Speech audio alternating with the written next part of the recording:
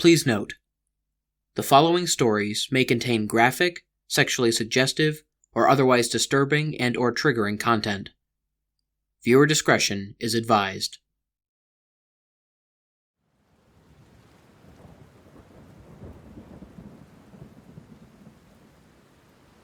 I have to post this story everywhere I can. If enough people see it, maybe a few of you will understand what has happened to me. That's all I need. Someone has to understand. The shoes were on my couch this morning, pressing into the cushion like there was a whole person's weight on them. I would burn them, but I don't want to get close. When I called my friends about it, they just laughed at me, like I'm trying to string them along with some stupid joke. They're too busy to come over anyway, since it's so close to finals week. That leaves me alone with these shoes. Here's what happened. The whole process. I should write it down so that maybe some people out there might see the logic in it. Maybe there's a chance that some of you have heard about it before. But please, do not attempt to do this yourself. It's terrible, and it's real, and I just want people to understand what I'm going through. Last semester, a guy in my theology class was talking about some pagan traditions, power words and special witch recipes and stuff of that sort. He knew a lot about that stuff, on account of it being the subject for his term paper, but he told me he knew even more, that he'd done some extra research in an archive at the city library. He found records of a ritual that supposedly hadn't been put in practice since the 1600s, and he told me the steps. This brings me back to the shoes. They had to be 11 inches in length, about the length of most size 11 men's shoes. The type of shoe didn't matter, as far as he knew. They were to be placed on a basement floor, at least 1 story underground, with the heels together and the toes pointed somewhere about 30 degrees apart. I really don't get why any of these details mattered. Maybe some of you guys out there will understand it better. Still, I did exactly as the rules said. I just wanted to see if anything might happen. I even snapped a picture of the shoes on my phone, just in case. There was one other item I had to bring. A large pitcher full of dirt. I took it from my backyard and brought it downstairs with me, feeling stupid for going through with this. After placing the shoes, I spread the dirt around them in a thick circle. Exactly how thick wasn't specified, so I just made it about a few inches around on all sides. As I spread the dirt, I repeated this sort of chant that the guy had told me, which was, "Wake up, Mr. Strider! Wake up, Mr. Strider!" For the life of me, I can't think of a single person with the name Strider. It's a weird name, but I said it anyway. After putting down the dirt, I sat with my back to the circle like he told me to. There couldn't be any lights on, he said, except fire, and I wasn't about to smoke out my basement with a bunch of burning logs, so all I had were a few candles. I don't even know why I went through with this. I didn't even know that guy very well, and now I'm freaking out. They were on my couch this morning. Okay, here are the next steps that I took. I waited in the dark for what might have been about 5 minutes, but I'm not sure. That's the point. The guy told me I had to wait until I began losing my sense of time. That's when the magic can happen, so he said. If you hear noise, or feel movement, the rule is to hold your breath for at least 10 seconds. If you hold your breath long enough to leave the room and walk upstairs, then you can end the ritual. I didn't hear or feel anything at the time, so I sat there, and just kept waiting. Once the time passed, there were only a few more steps. I asked, "Are you awake, Mr. Strider?" I paused a few seconds after, and then looked over my shoulder. The guy said that if the dirt looked like it was moved, I was supposed to turn back away as fast as I could and hold my breath. He didn't say there might be a pair of legs attached to the shoes, which was exactly what I saw. The legs were not human. They were deformed and slick from some sort of fluid. The skin was gray, with what looked like pieces of bone poking out. It makes me nauseous just remembering what little I saw. I forgot to hold my breath. I just ran upstairs and shut the door. I swear I heard another set of steps following me. Maybe I should have just called the police right that instant. It was just so dark down there that I convinced myself I was imagining stuff from the shadows. Now I know I wasn't imagining it. I should have gotten help from the start. I came home late last night, and after turning off the kitchen light when I was done making dinner, I saw them in the doorway. Until that moment, I had convinced myself I was just being stupid. That's when I knew I was cursed. Something is inhabiting those shoes, and I don't have a clue how to stop it. I'm too scared to get close. Even when I don't see them, I can hear movement sometimes. Steps that sound heavier than mine. It doesn't seem to care whether it's dark anymore. The light was streaming in through my windows this morning, and it was just waiting for me, planted on the couch. There's been imprints on the carpeting in weird places, the kind that come when something really heavy is sat in one spot for a long time. I'm sitting in the bathroom right now, and I swear I can see a patch of darkness through the crack under the door. It's probably standing right outside. I don't want to sleep here tonight. I'm scared I'll wake up to this thing pressing down on my chest. It could break right through my ribs and crush me for all I know. My best bet is to relocate, probably, but it's not like this thing is confined to just my house. I don't even have a clue where it'll show up next. It could appear at my neighbor's back door if it wanted to, or at my friend's place. If anyone reading this knows what exactly I've done, please tell me. I know I've made a mistake, but if there's a way to stop what's happening, I have to find out. I need help. There's one more thing I have to say to all of you. Do not try this yourself. Ever. The entity that is attracted to this ritual, this Mr. Strider thing, whatever it is, it's not here out of goodwill. It's malignant, and persistent, and terrifying. I only saw a part of it for an instant, but even that brief glimpse of its legs was enough to know that I had a reason to fear it.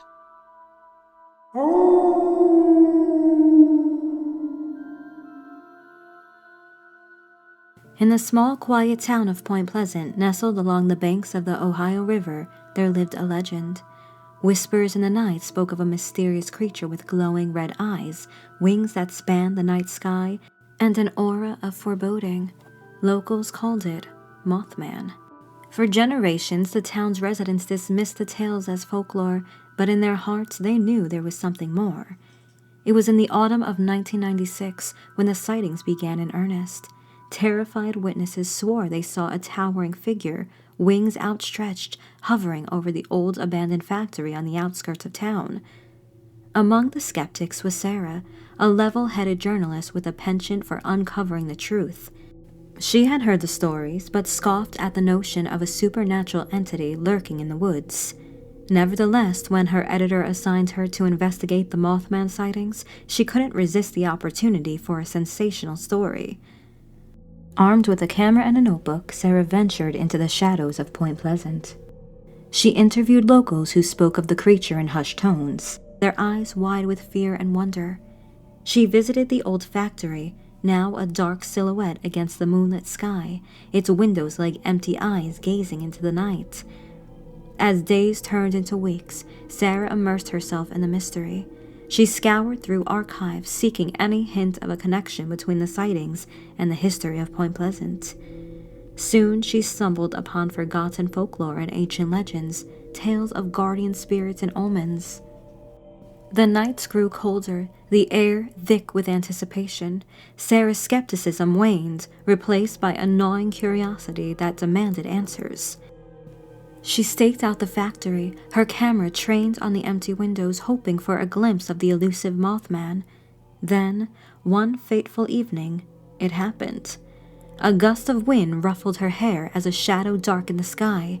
Sarah's heart raced, her breath caught in her throat. There it was, the creature from the stories with eyes that burned like embers.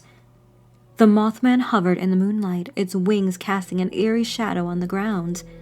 Sarah's fingers trembled on the camera, determined to capture this otherworldly being. But as she focused her lens, a strange sensation washed over her.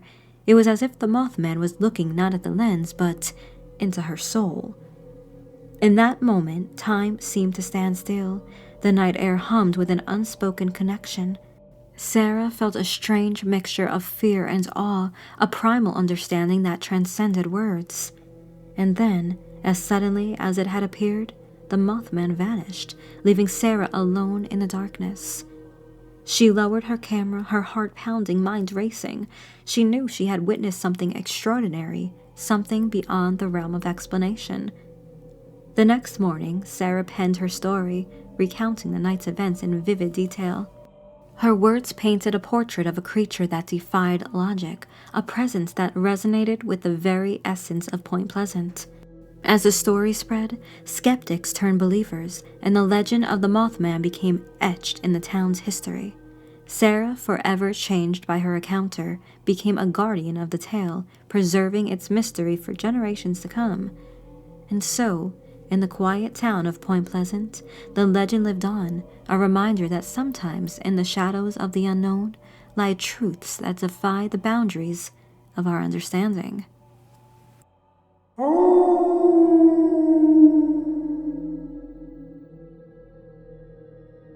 The Indigenous people of Australia have up to 75 different dialects, depending on the region where they come from.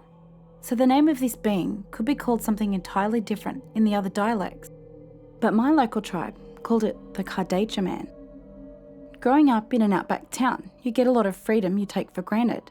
But that freedom could also get you into trouble. Big trouble. This occurred when I was about 11 years old. My Aboriginal friend and I were walking around town, bored out of our brains during school holidays. The rest of our friends had gone away for the holidays.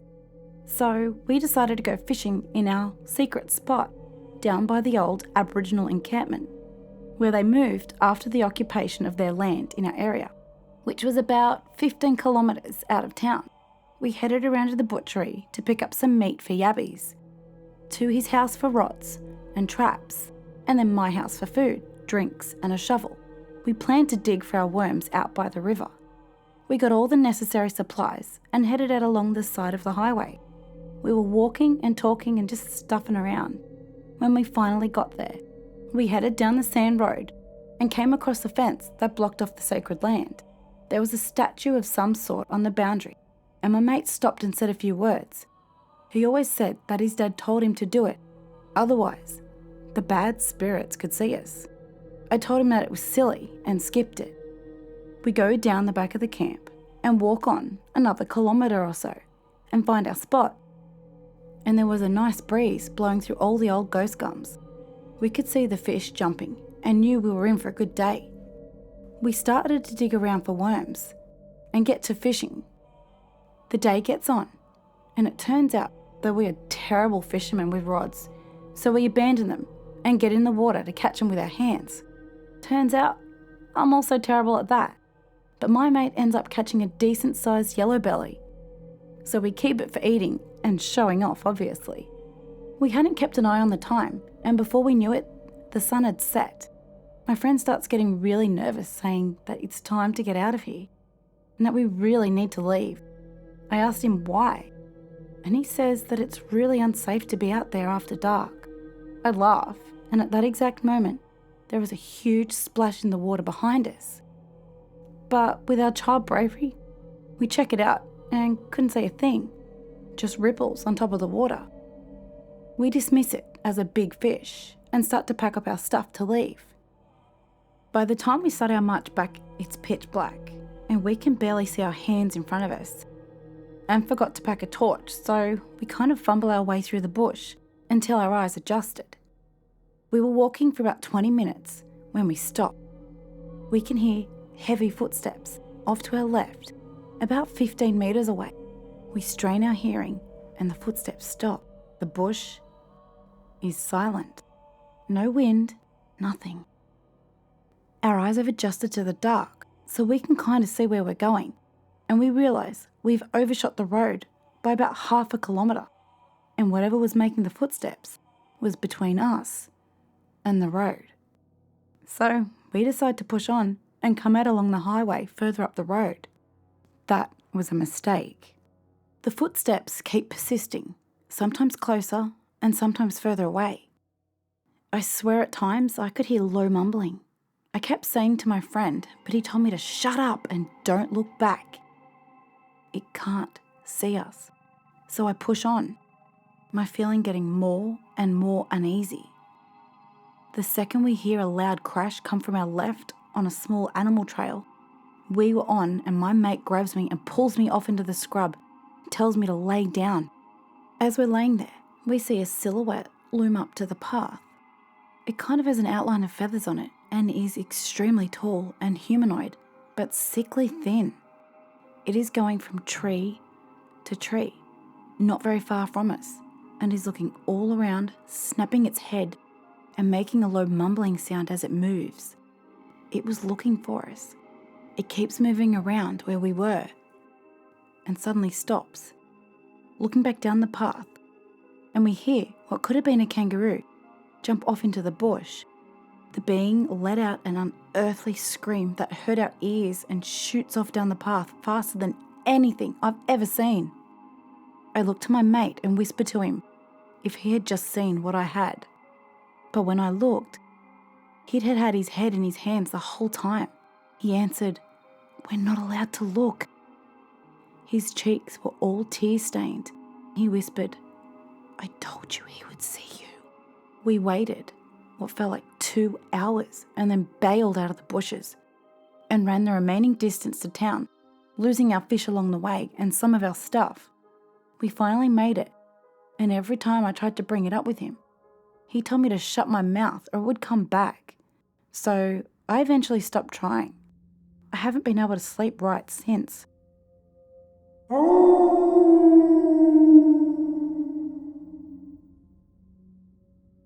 Six-Legged Centaur is a name given to a bizarre-looking unidentified creature that somewhat resembles a centaur from Greek mythology.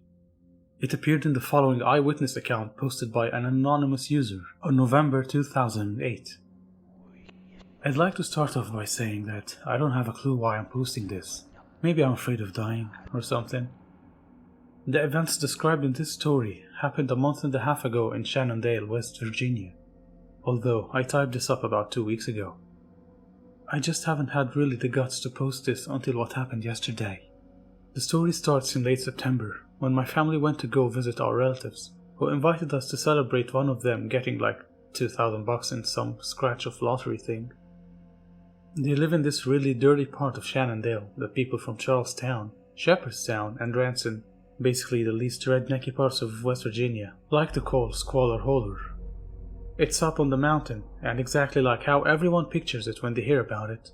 Nothing but ramshackle shacks, rusty rebuilt trailers, everything covered in decades-old Christmas decorations because they're all too busy being smelly rednecks to even clean up. Real deliverance crap, just no rivers or canoes. The relatives we were visiting are absolutely confirmed inbreeds, old cousins marrying each other. We don't refer to them as aunt, uncle, whatever, just relatives. Not terrible people or anything, just absolutely cartoonish, depressingly hilly-billy stereotypes. So, anyway, we're up here in this godforsaken trailer. It sucks. There's like 8 of them, plus me, my dad, my mom, and my sister. About 2 hours in, my mom takes my cell phone so that I can focus on the family time together. Which is crap. All we did was watch TV and eat dinner. After like 6 hours of this, about 10 minutes before we were supposed to leave, it starts raining. We know how treacherous the roads can get up on the mountain, so we decide to wait for the rain to die down. Flash forward 2 hours later, it's dark as hell, 10 o'clock, and there's a flood warning for the area. I have my phone back by this time. No reception, of course. I'm playing Tetris and Texas Hold'em and stuff, when suddenly, I hear my dad start losing his mind in the next room. I walk over, and it turns out that they let slip that they'd buried this kid Thomas outside, and apparently were afraid the rain would wash up his body or something. The kid was like 6, he was attacked by a dog, and they never told the cops. Just buried him like he was a family pet. My dad's flipping, and rightfully so, because, you know, we live in the 21st century and all. So, our relatives say they'll sort it out in the morning.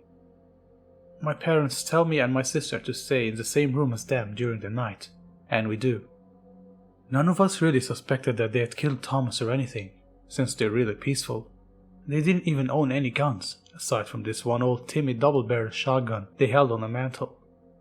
Nevertheless, we were creeped out, and intended to tell the cops in the morning once we got to town. So, it was like 3 in the morning. I couldn't sleep. Power had gone out for the 5th time or so, and I'm not able to charge my dead phone. Worst part is, I can see little Thomas's grave right outside the window. little cross on it and everything, and I assumed that the kid couldn't have been buried deep at all, since they were so worried about him just washing up out of the grave. So, I was just fixated on it, kept being drawn to looking out the window, and then I saw the worst thing in my life. Rapey. Something was creeping through the trees toward the house. I stared at it for a while, but couldn't get a good look at it since it was raining and the brush was so thick. For a few minutes I assumed it was two really pale horses, kind of ambling through the woods side by side. But then, it walked into the moonlight, and I saw that it was all one thing, like a kind of human torso, but wider. It finally stepped into full view, and I saw it had something like 6 legs, kind of somewhere between beetle's legs and horse's legs. 2 arms right where someone would normally have them, but they were about half a foot longer than any normal human arm. It had a bald head, but the face looked like some sort of a bizarre masquerade ball kind of mask. This clenched up, furrowed forehead, and a nose that looked sort of like a crow's or a raven's beak. It didn't have eyes either, just like the depressions where eyes would go. It looked like it had a human mouth underneath its proboscis. What still strikes me to this day is that it seemed to have a penis too, like right on the abdomen where a normal person would have. The thing moved sort of gracefully and made these soft thumping noises when it moved. It must have been like 7 or 8 feet tall, but sounded like it weighed maybe only 150 pounds at most. It starts walking towards Thomas's grave, and then I finally snap out of whatever trance I was in and just scream. My mom is the first to wake up, and I tell her to look out the window. She rushes over and doesn't really seem to understand what she is looking at. After a minute though, the thing bends down and starts pawing at the grave with its hands. My dad and Jasper rush in, and Jasper just loses his shit, screams like a little girl, runs back out of the house, yelling for his father, yelling, "It's outside! It came and it's outside!" I look back and see the thing is digging furiously at the ground, kicking up huge mounds of dirt. I hear these sounds of feet running around the house. I think they were looking for the shotgun. The thing reaches into the hole and grabs up what I assume was Thomas's body by the leg in one of the hands. The thing kind of galloped back into the woods, snapping all the branches, and then that's when we all hear it. A kid crying. The sound of a child sobbing and crying from the direction that the thing took off. We left as soon as the rain let up at about 5 a.m. I don't even think we told anyone at the house. Drove straight back to Ransom, only stopping for gas. No one said a word to each other. My family refuses to speak about what happened. I tried to bring it up once, just to make sure it was real. My dad told me to shut up, so I did. I typed this up about 3 weeks after it happened, but just saved it to a notepad file and left it alone. Never mentioned it to any of my friends or anything. Just tried to erase it from my mind by getting absolutely drunk whenever my thoughts lingered on it. It mostly worked, up until yesterday. See, I work at this gas station in Ranson from 8 p.m. to 3 a.m. I work the register, keep the place clean, and take out the trash. Yesterday, when I was bringing the trash bags over to the back of the building for the dude in the morning to take care of, I heard what I had assumed to be some junkie messing around in the dumpster. I yelled at whoever it was a couple of times to get out before I called the cops, but as I walked towards the source of the noise, I suddenly heard those same footsteps. That soft thump, hooves or feet, or whatever they were. I turned right around and went back to the store and hid behind the counter. I look over at the outside security monitor and see some kind of movement just off screen. Something huge casting a shadow and moving. Catch a glimpse of, I don't know, an elbow or something? A pale limb, darting in and out of view. It had to have been the same thing. I waited for it to leave, and after a while, it did. I woke up behind the counter at 6 a.m. this morning to my manager giving me this look like I'm a drug addict or something. Went home, typed the rest of this up. And that's about it.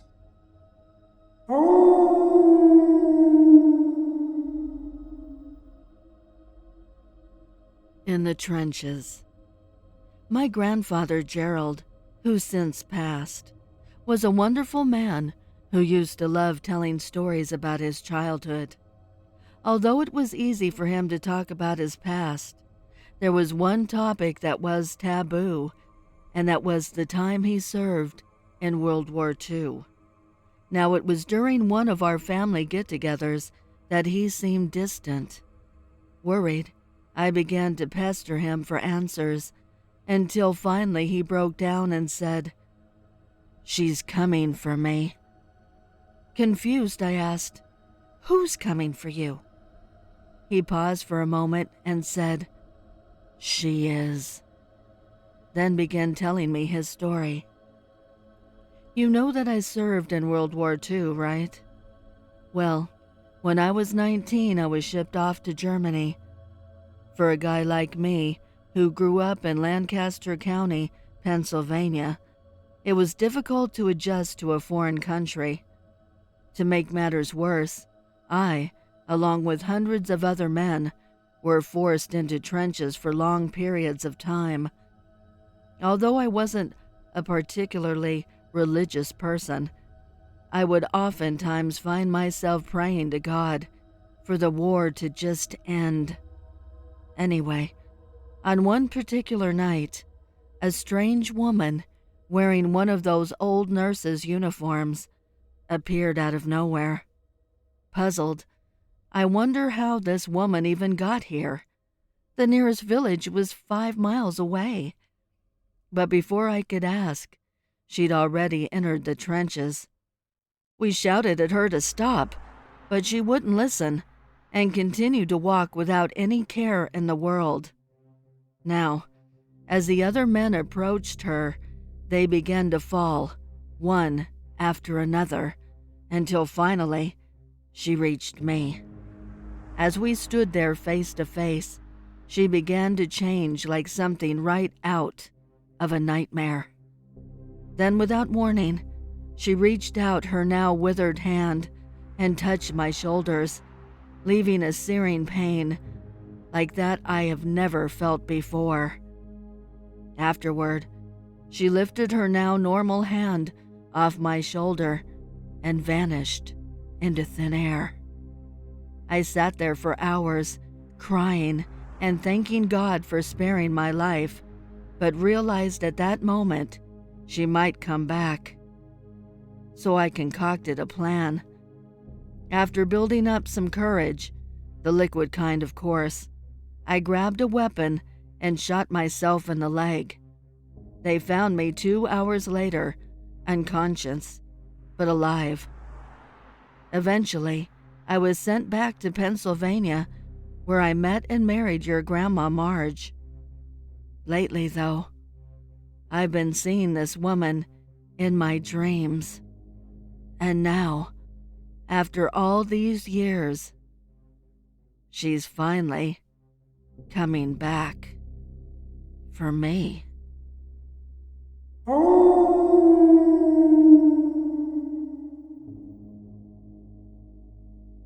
Alright, so check this out. I'm the kind of guy that likes to go for walks in the woods because it's normally peaceful here in the summer. It's really hot, so I was going at night. I've grown up in this area for a while and I'm currently 20 years old.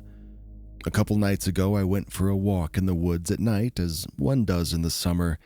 I knew I should have turned back a while ago before I got too deep into the woods because it was quiet. It was more quiet than usual, but I was stupid and I kept going. When I got probably a mile deep into the woods, I came to a lake where people normally go fishing and stuff.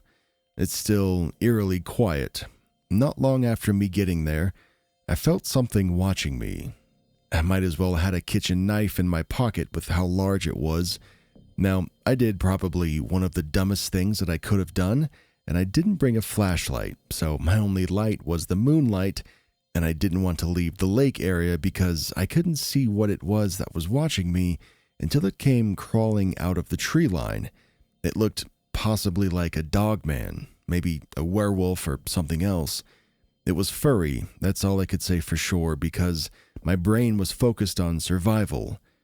I grabbed hold of the knife that I had in my pocket because I had no idea what this creature's intentions was, but I wasn't looking to die that night.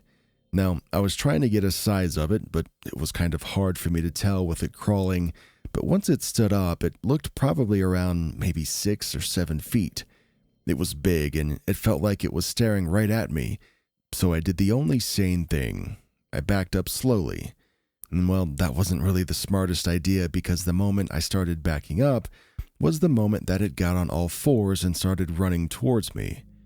And then I did another stupid thing. I turned my back, and I started running as well.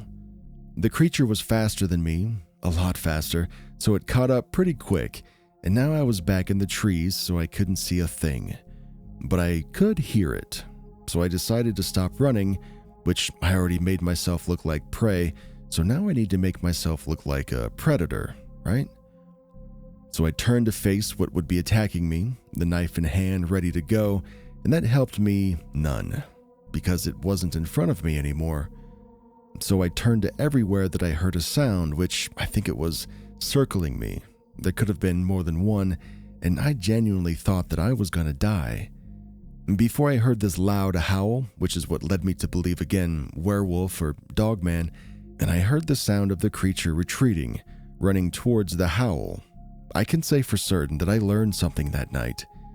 If you're going into the woods at night, bring a gun and a flashlight. And if you don't hear anything in the woods, don't go in the woods.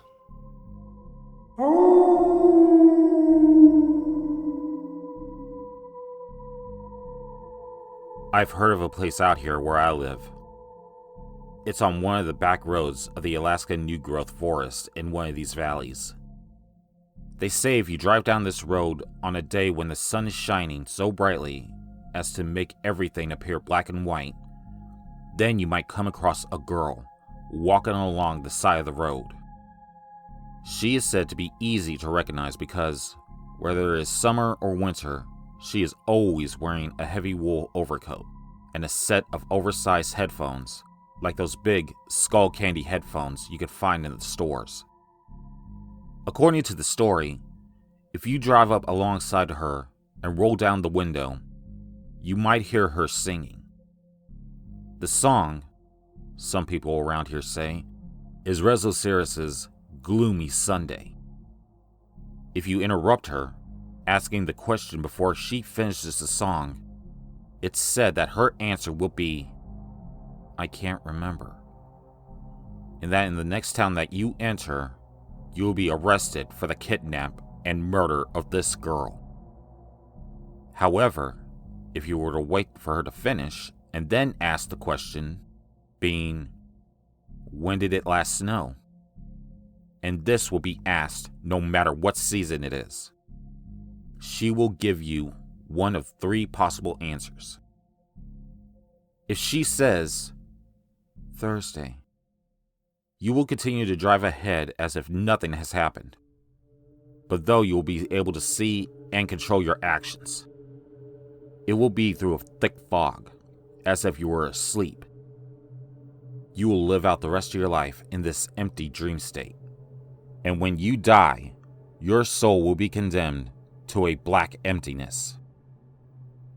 If the answer is today, then you are far more fortunate. You will continue on to your destination without event, and upon returning home, find that your greatest wish has been realized. However, if her answer is last Friday, then may whatever entity controls our fates have mercy on you. You will vanish for over a year.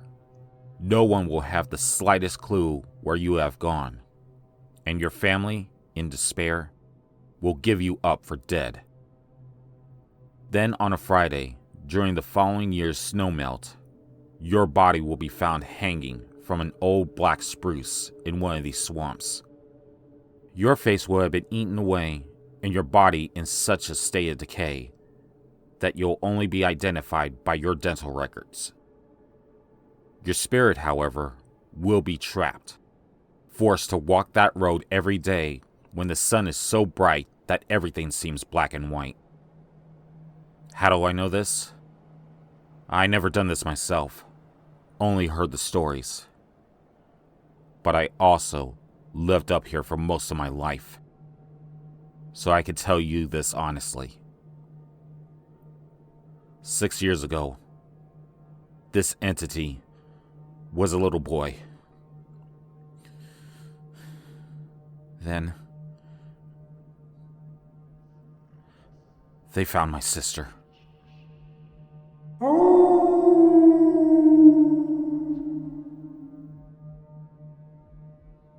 I'm Being Watched at Night. Written and narrated by Lady Spookaria.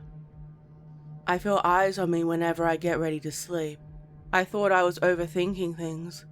Or perhaps it was a remnant of some old fear of the dark from childhood. I used to leave my window and curtains open when I got to bed for some fresh air. My bedroom was on the second floor, so I wasn't worried about someone breaking in. I didn't think something else would enter though. One night, I heard whispering riding on the wind. Faint and slow. It was almost soothing to listen to. My curtains and items on top of my furniture blew around violently, leaving a mess around the room. I woke up, rubbed my eyes, and tried to see what it was.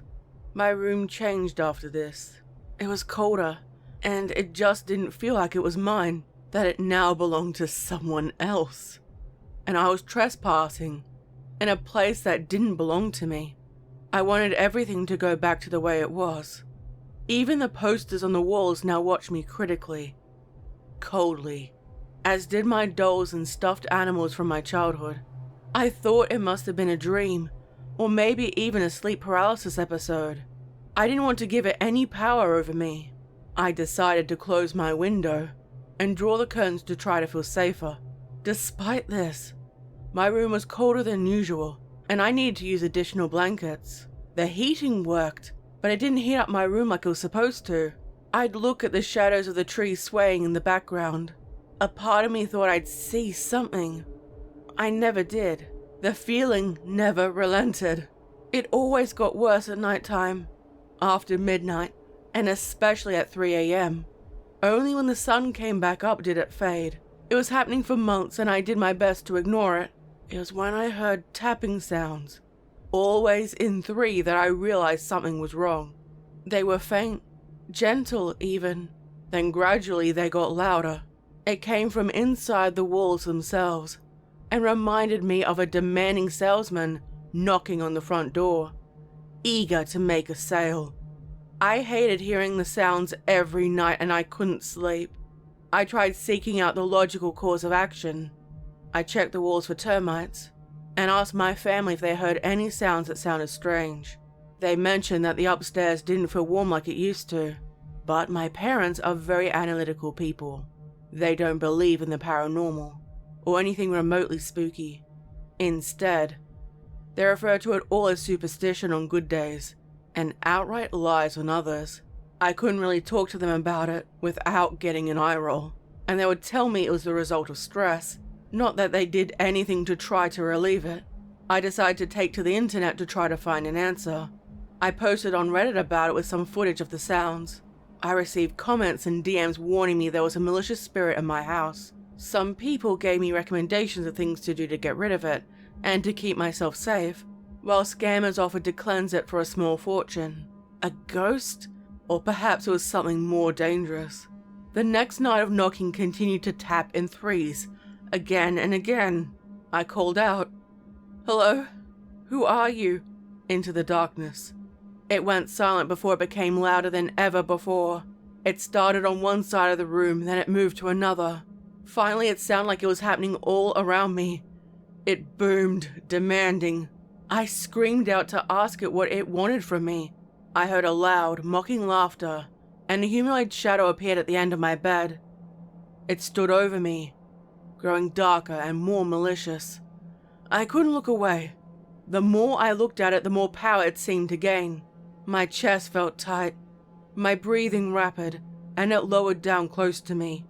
The closer it got, the more I felt a chill take hold. "Who are you?" I whispered. My voice trembled in fear. There was no answer. All I heard was that same infamous knocking once more. In threes. Always in threes. It completely surrounded me this time. From the windows, to inside the walls, even beneath the floorboards themselves. And I was so sure they were going to fall apart. My bed started moving forward, scraping along the floor, and I could feel hands moving through the mattress and the sheets, pulling me down. I held on tightly to the bed frame. I didn't want to be smothered to death. One hand gripped my shoulder, then another my wrist. Next was my face. A finger pulled on my lip and another on my eyelid. I heard a low, long growling in my ear. And that was when I realized I wasn't just going to be watched at night anymore.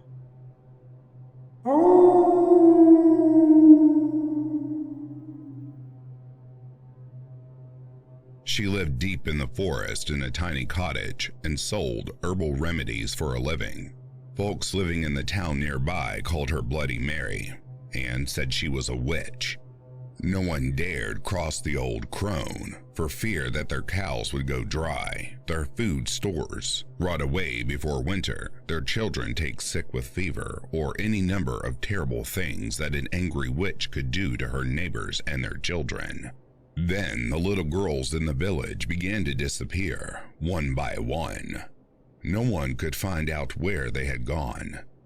Grief-stricken families searched the woods, the local buildings, and all the houses and barns, but there were no signs of the missing girls. A few brave souls even went to Bloody Mary's home in the woods to see if the witch had taken the girls, but she denied any knowledge of the disappearances. Still, it was noted that her haggard appearance had changed.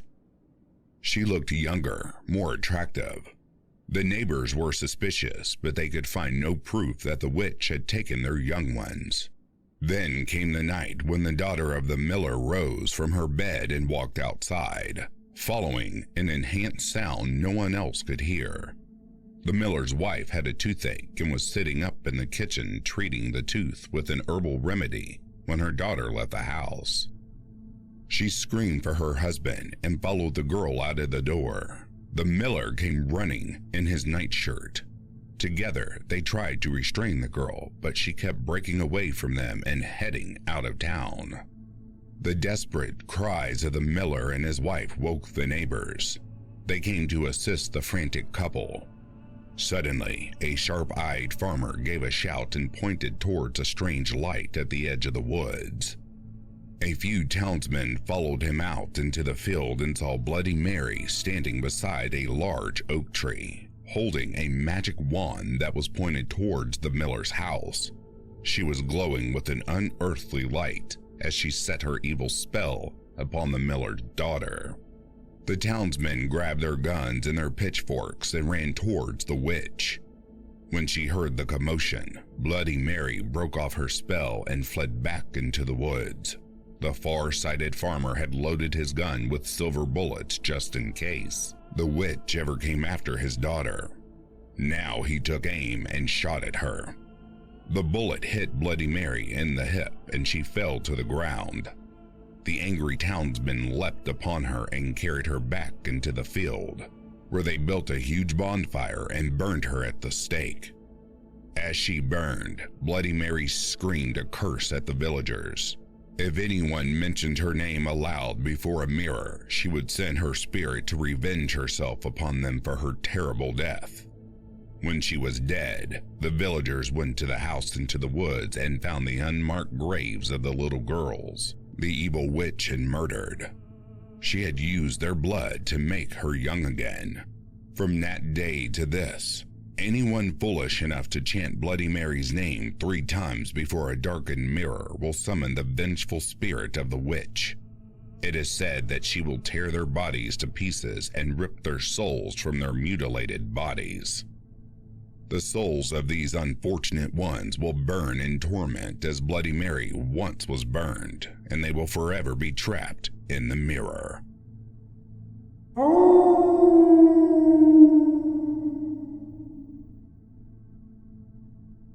I've been a nurse at our local hospital for the last 8 years. If you're here long enough, you will come across a few ghost stories. and maybe even experienced one yourself. I definitely had my share since being there, and I can name a few that were especially memorable.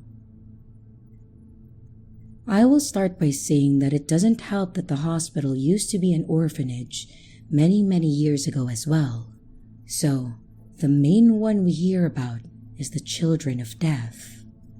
We call them this because when a patient sees one of these kids, they end up passing away soon after. A couple of examples was one gentleman that another nurse walked in on as he was talking to someone, but there was no one in the room. The nurse asked him who he was talking to, and he said that the young girl that just left. He said that she had brought in a card, and he pointed at it. The nurse said that she looked at it, and it looked like a young child's drawing of a person, surrounded by flowers and people crying. We had no idea where it came from, as he hadn't had any visitors that day. We even checked the logs, and his son came to see him the day prior, but no one today, and his son didn't have any young kids. A few days later, the man passed away in his sleep. He was there due to a heart attack, but he seemed to be improving. Another instance was an older lady that was there after breaking her hip. She said that she was a medium, so she was always entertaining us nurses on duty. She gave us all readings and told us some interesting stories of past readings that she had done. And every once in a while, she might ask to pass condolences on to someone there that recently lost someone, be it another patient or even our head nurse once. Her father had died suddenly, and we, the nurses, didn't really talk much about it, but this lady had brought it up. I thought she must have heard someone mention it. However, there was one instance where we received a nurse call to her room, and upon entering, she asked that we check on the woman across the hall. She claimed that she saw her walk out of the room holding the hand of a little girl. This was in the geriatric ward, so the patient didn't have a heart monitor attached, and she was bedridden because she was very frail and couldn't get up on her own. We dashed over to her room to see that she had passed away.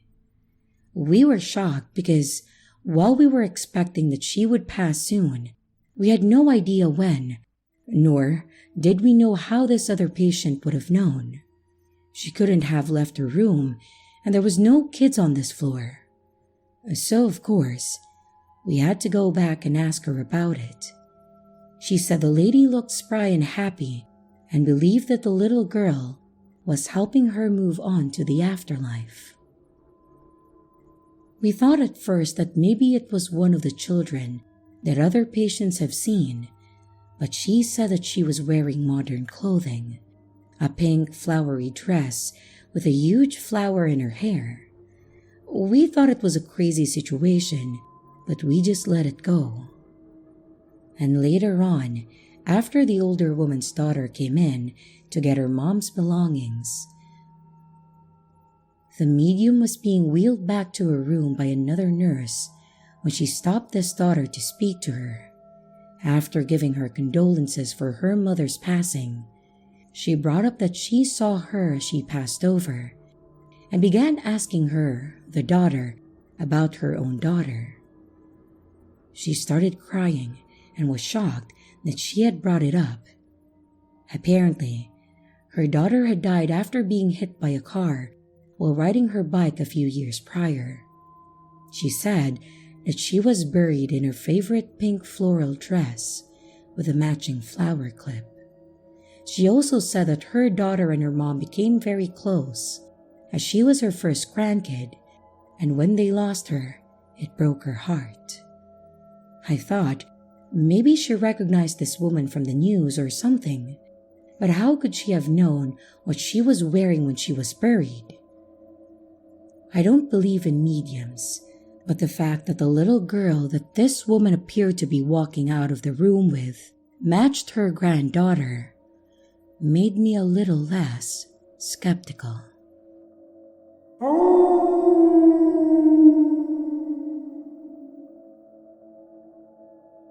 The Oval Portrait by Edgar Allan Poe.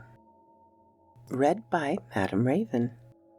The chateau into which my valet had ventured to make forcible entrance rather than permit me, in my desperately wounded condition, to pass the night in the open air was one of those piles of coming lead gloom and grandeur which have so long frowned upon the Apennines. Not less, in fact, than the fancy of Mrs. Radcliffe. To all appearances, it had been temporarily and very lately abandoned. We established ourselves in one of the smallest and least sumptuous furnished apartments. It lay in a remote turret of the building. Its decorations were rich, yet tattered and antique.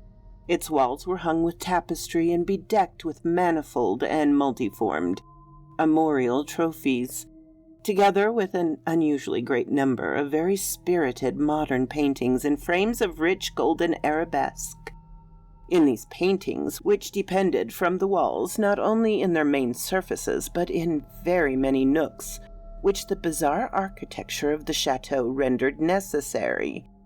In these paintings, my insipid delirium, perhaps, had caused me to take in deep interest, so that I bade Pedro to close the heavy shutters of the room, since it was already night, to light the tongs of a tall candelabrum which stood by the head of my bed, and to throw far open and wide the fringed curtains of black velvet which enveloped the bed itself.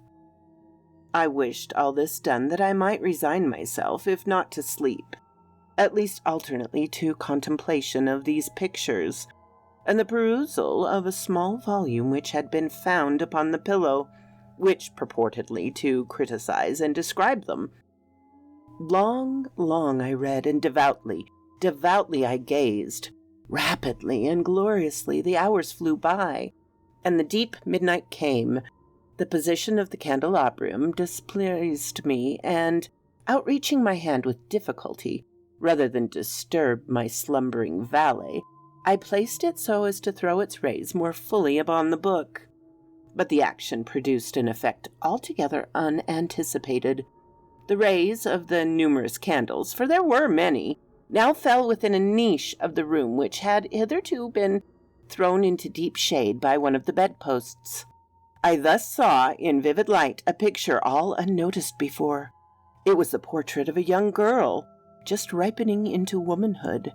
I glanced at the painting hurriedly and then closed my eyes. Why I did this was not at first apparent even to my own perception, but while my lids remained thus shut, I ran over in my mind the reasons for so shutting them. It was an impulsive movement to gain time for thought, to make sure that my vision had not deceived me, to calm and subdue my fancy for a more sober and more certain gaze. In a very few moments, I again looked fixedly at the painting. That I now saw all right I could not and would not doubt, for the first flash of the candles upon that canvas had seemed to dissipate the dreamy stupor which was stealing over my senses, and to startle me at once into waking life. The portrait, I have already said, was that of a young girl. It was a mere head and shoulders, done in what is technically termed a vignette manner, much in the style of the favorite heads of Sully. The arms, the bosom, and even the ends of the radiant hair melted imperceptibly into the vague yet deep shadows which formed the background of the whole. The frame was oval, richly gilded, and filigreed in Moresque.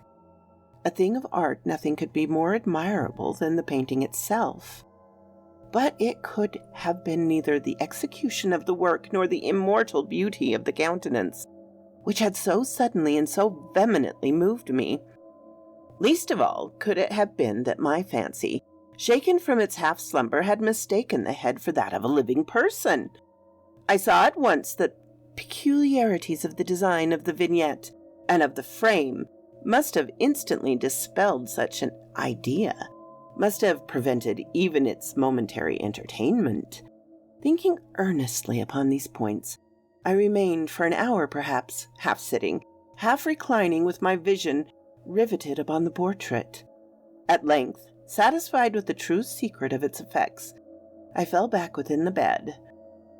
I had found the spell of the picture in an absolute life-likeness of expression which, at first startled, finally confounded, subdued and appalled me. With deep and reverent awe, I replaced the candelabrum to its former position. The cause of my deep agitation being thus shut from view, I sought eagerly the volume which discussed the paintings and their histories. Turning to the number which designated the oval portrait, I there read the vague and quaint words which follow. She was a maiden of rarest beauty, and not more lovely than full of glee. And evil was the hour when she saw and loved and wed the painter. He, passionate, studious, austere, and having already a bride in his art. She a maiden of rarest beauty, and not more lovely than full of glee, all light and smiles and frolicsome as a young fawn, loving and cherishing all things, hating only the art which was her rival, dreading only the palette and brushes and other untoward instruments which deprived her of the countenance of her lover. It was thus a terrible thing for this lady to hear the painter speak of his desire to portray even his young bride. But she was humble and obedient and sat meekly for many weeks in the dark high turret chamber, where the light dripped upon the pale canvas, only from overhead. But he, the painter, took glory in his work, which went on from hour to hour, from day to day, and he was passionate and wild and a moody man, who became lost in reveries, so that he would not see the light which fell so ghastly in that lone turret, withered the healthy and the spirits of his bride, who pined visibly to all but him.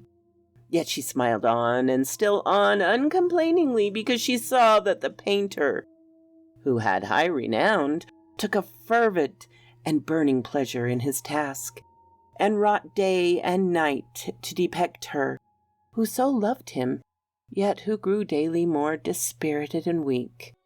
And in sooth, some who beheld the portrait spoke of its resemblance in low words, as of a mighty marvel, and a proof not less of the power of the painter than of his deep love for her whom he depicted so surpassingly well. But at length, as the labor drew nearer to its conclusion, there were admitted none into the turret, for the painter had grown wild with the ardor of his work, and turned his eyes from the canvas merely even to regard the countenance of his wife. And he would not see that the tints which he had spread upon the canvas were drawn from the cheeks of her who sate beside him. And when many weeks bad past, but little remained to do, save one brush upon the mouth and one tint upon the eye, the spirit of the lady again flickered up as the flame within the socket of the lamp, and then the brush was given, and then the tint was placed, and for one moment the painter stood entranced before the work which he had wrought. But in the next, which he yet gazed, he grew tremulous and very pallid and aghast, and crying with a loud voice, "This is indeed life itself!" turned suddenly to regard his beloved. She was dead.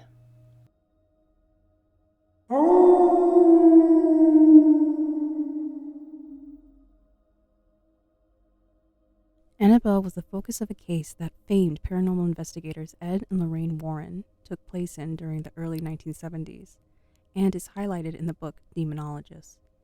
It has been stated that this is one of the most unusual cases of possession objects on record. In 1970, a mother purchased an antique Raggedy Ann doll from a hobby store. The doll was a present for her daughter, Donna, on her birthday. Donna, at the time, was a student in college preparing to graduate with a nursing degree and resided in a tiny apartment with her roommate, Angie, a nurse as well. Pleased with the doll, Donna placed it on her bed as a decoration and didn't give it a second thought until a few days later. Within that time, both Donna and Angie noticed that there appeared to be something very strange and creepy about the doll. The doll apparently moved on its own sometimes. The movements were first unnoticeable, like a change in position, but the passage of time, the moves became more noticeable. Donna and Angie would come home to find the doll in a completely different room from which they had left it. Sometimes the doll would be found cross-legged on the couch with its arms folded. Other times it would be found upright, standing on its feet, leaning against a chair in the dining room. Several times Donna placed the doll on the couch before leaving for work, and yet would return home to find the doll back in her room on the bed with the door closed. The medium. One night Donna came home to find the doll had moved again. This time it was on her bed. Donna had come to find that this was typical of the doll, but somehow she knew this time was different. Something wasn't right. A sense of fear came over her when she inspected the doll and saw what looked like drops of blood on the back of its hand and its chest. Seemingly from nowhere, a red liquid had appeared on the doll. Scared and desperate, Donna and Angie decided it was time to seek expert advice. Not knowing where to turn, they contacted a medium and a seance was held. Donna was then introduced to a spirit of Annabelle Higgins. The medium related the story of Annabelle to both Donna and Angie. Annabelle was a young girl that resided on the property before the apartments were built. She was a young girl of only 7 years old when her lifeless body was found in the field upon which the apartment complex now stands. The spirit related to the medium that she felt comfortable with Donna and Angie and wanted to stay with them by moving into the doll. Feeling compassion for Annabelle and her story, Donna gave her permission to inhabit the doll and stay. They were too soon to find out, however, that Annabelle was not what they seemed. Later that week, Donna saw the doll, or Annabelle, was ripped and had jagged cuts along her mouth. One night, Donna awoke to someone singing like a little girl. She walked into the bathroom to see Angie dead with the words, "Wanna play," written in blood of her friend. The doll was never found. Lou. Lou was friends with Donna and Angie and had been with them since the day the doll arrived. He had never been fond of the doll and on several occasions warned Donna that this doll was evil, saying that she should get rid of it. However, Donna had developed a personal tie to the doll and decided to keep it. Despite Lou's feelings, her decision was a terrible mistake. One night, Lou awoke with a jolt of terror, a jolt that didn't seem like it was from his usual nightmares. Somehow, something felt different. What would appear to be a common case of sleep paralysis became all too real. He looked around the room and couldn't see anything out of the ordinary. At first, anyways. Looking down towards his feet, he saw the doll, Annabelle. It began to slowly glide up his leg, moving over his chest and stopping at his neck. Helpless against it, the doll began to strangle him. After that moment, he blacked out. He awoke the next morning certain it wasn't an ordinary night terror, and was determined to rid himself of the doll and the spirit that possessed it. Preparing for a road trip the next day, Lou and Donna were reading over maps alone in her apartment. The apartment was eerie quiet. The silence was broken when rustling sounds coming from Donna's room arose fear that someone had broken into the apartment. Lou, determined to figure out what was causing the noise, and quietly made his way to the bedroom door. He waited for the noise to stop before entering and turning on the lights. The room was empty except for Annabelle, whom was tossed in the corner on the floor. Lou searched the room for signs of forced entry, but nothing was out of place. As he got closer to the doll, he got a distinct impression that somebody was behind him. Spinning around, Lou found that despite his unease, nobody besides himself and the doll were in the room. Then, in a flurry of motion, he found himself doubled over in pain with blood dripping from a cut on his chest. Upon opening his shirt, there on his chest were appeared to be 7 distinct claw marks. Today, I hope you enjoyed this article, and should you ever want to visit the infamous Annabelle, she can be found at the Warren Occult Museum in Moodus, Connecticut. The museum is run by Lorraine Warren, the famous paranormal investigator and now frequent guest on television show Paranormal State. Housed in a glass case at the museum, you will find Annabelle. Miss Warren relates that Annabelle still moves about occasionally and is still known to make growling noises at unsuspecting visitors.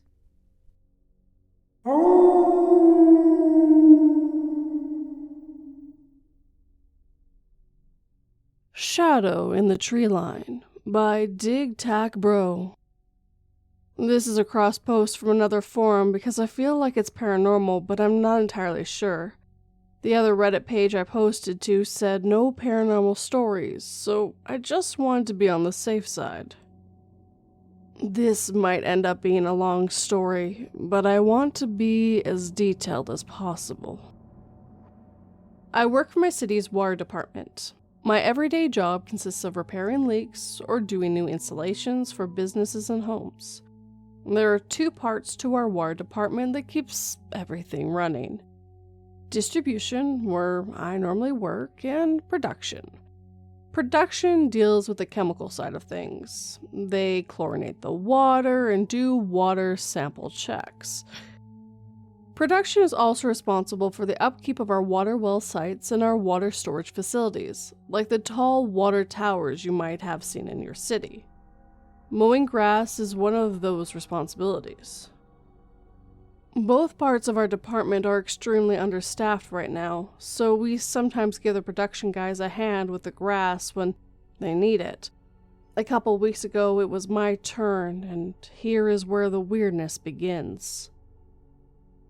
My city is in central Louisiana with a population of about 45,000 people. We're surrounded by a wooded area. No matter which way you travel into or out of town, you're going to see plenty of trees.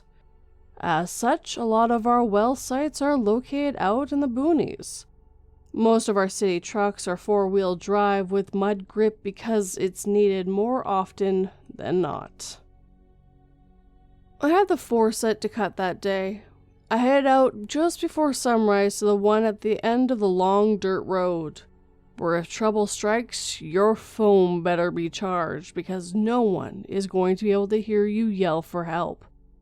Surprisingly, this isn't where my strange encounter took place. The sun was rising and was approaching my first sight, and on the road ahead of me stepped out a doe and her two fawns. Excitedly, I hurried to snap some pictures. To my surprise, the mama and her babies were not afraid of the loud, rumbling diesel I was driving. The speckled fawns made their way across the path as Mom calmly watched me in the truck.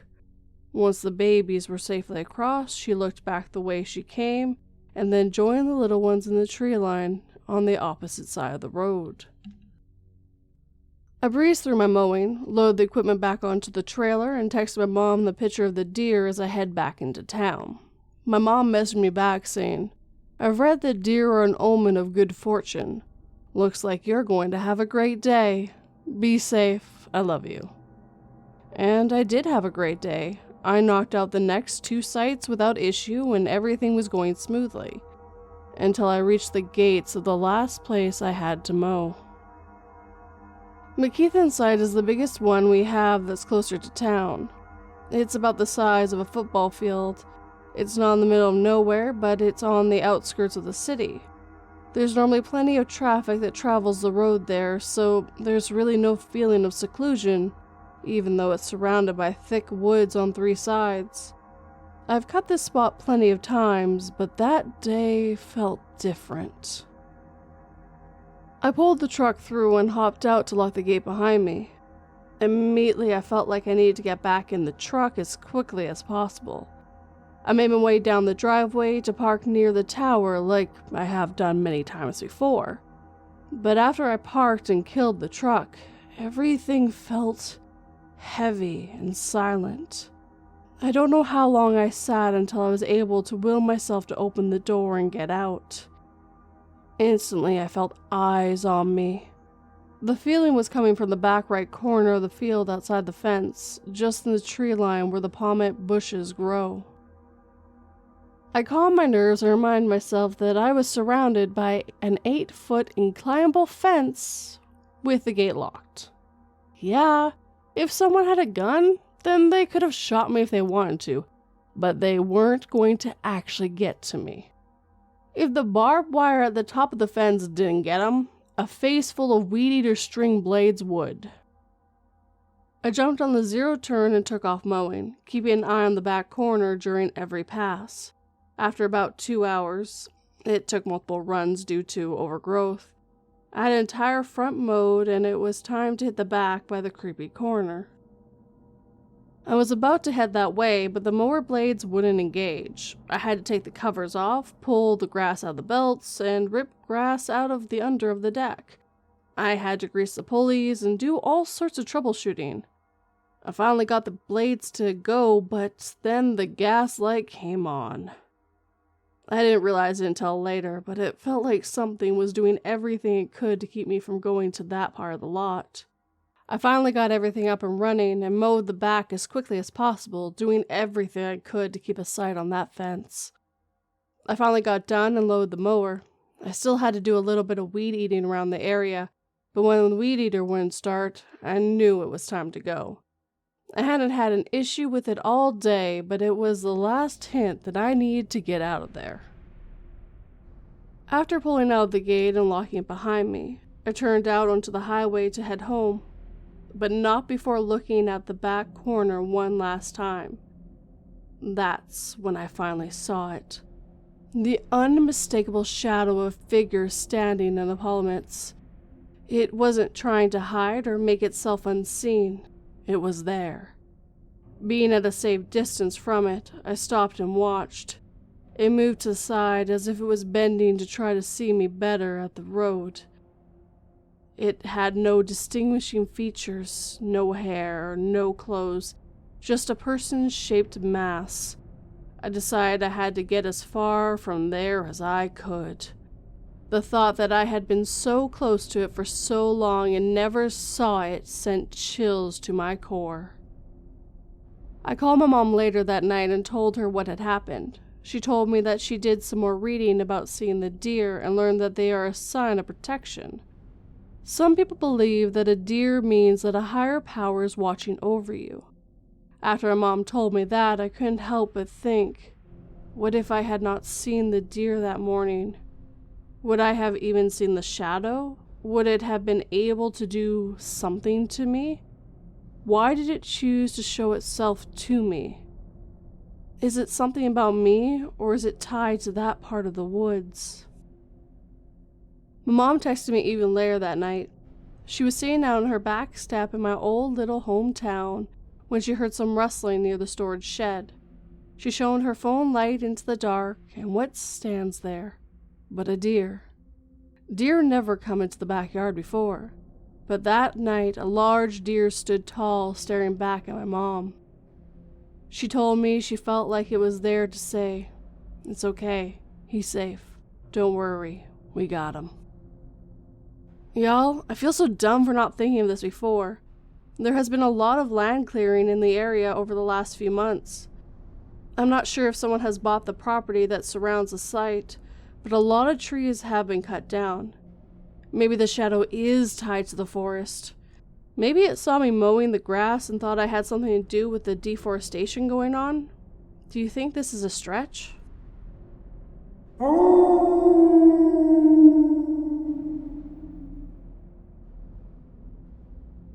When I was a kid, we had a lovely backyard with a full garden that we actually didn't build.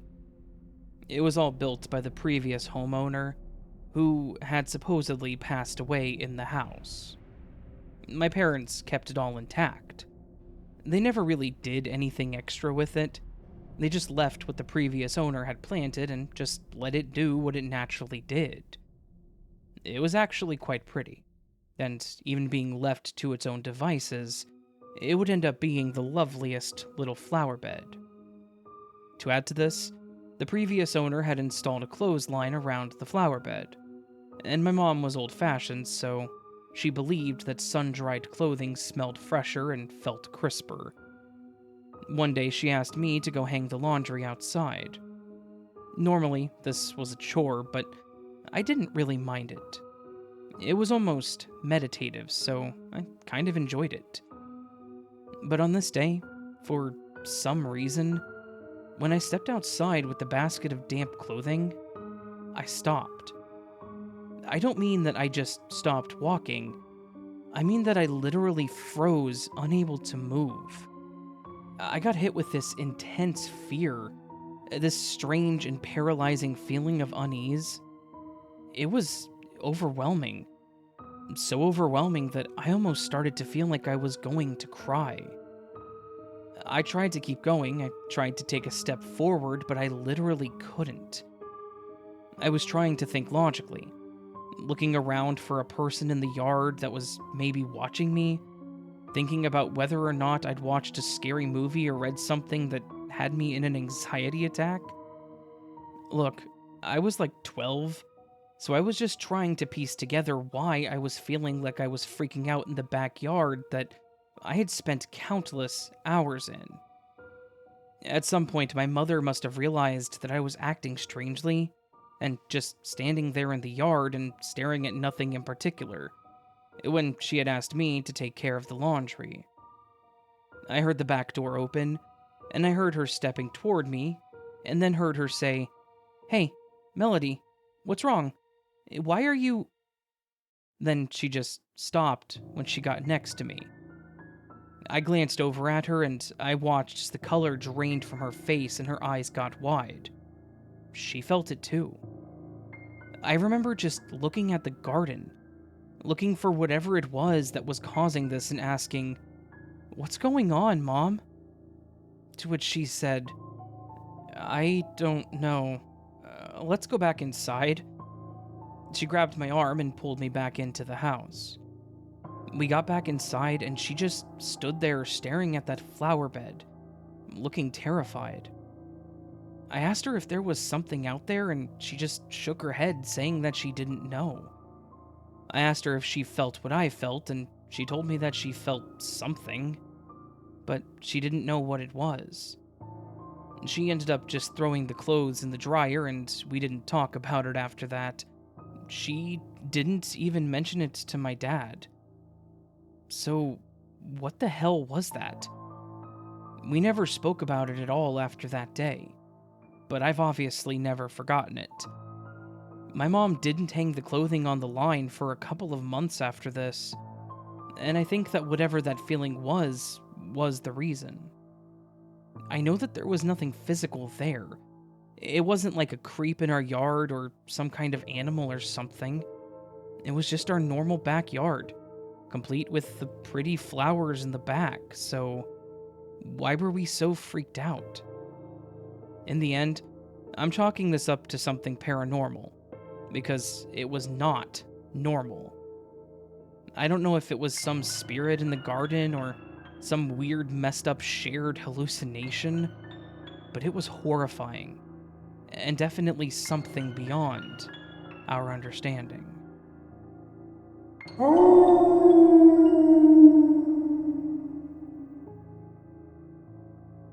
66 brushes exactly. On the dot. No more, no less. All of the women in my family on my mother's side always had long, beautiful, platinum hair and youthful features. Pair that with icy blue eyes and skin the color of porcelain, and we always stuck out in a crowd. Even my great-grandmother was beautiful, her skin soft and smooth. Wrinkles were never something that any of us had, but when I was young, I never gave it much thought. Ignorance was bliss, after all, and for the longest time I was blissfully ignorant. All of that had changed one Saturday morning. Every day before I could run off outside and play with my brother, my mom insisted that she brush my hair. It was almost like a ritual of sorts. It had to be done all in one sitting, and she could not stop once she started. For as long as I had hair on my head, I can remember her doing this. First, she would spray something on it. The liquid tinged a light shade of red. Then she would run her fingers through the strands, gently tugging out all the rats before she started in on the brushing.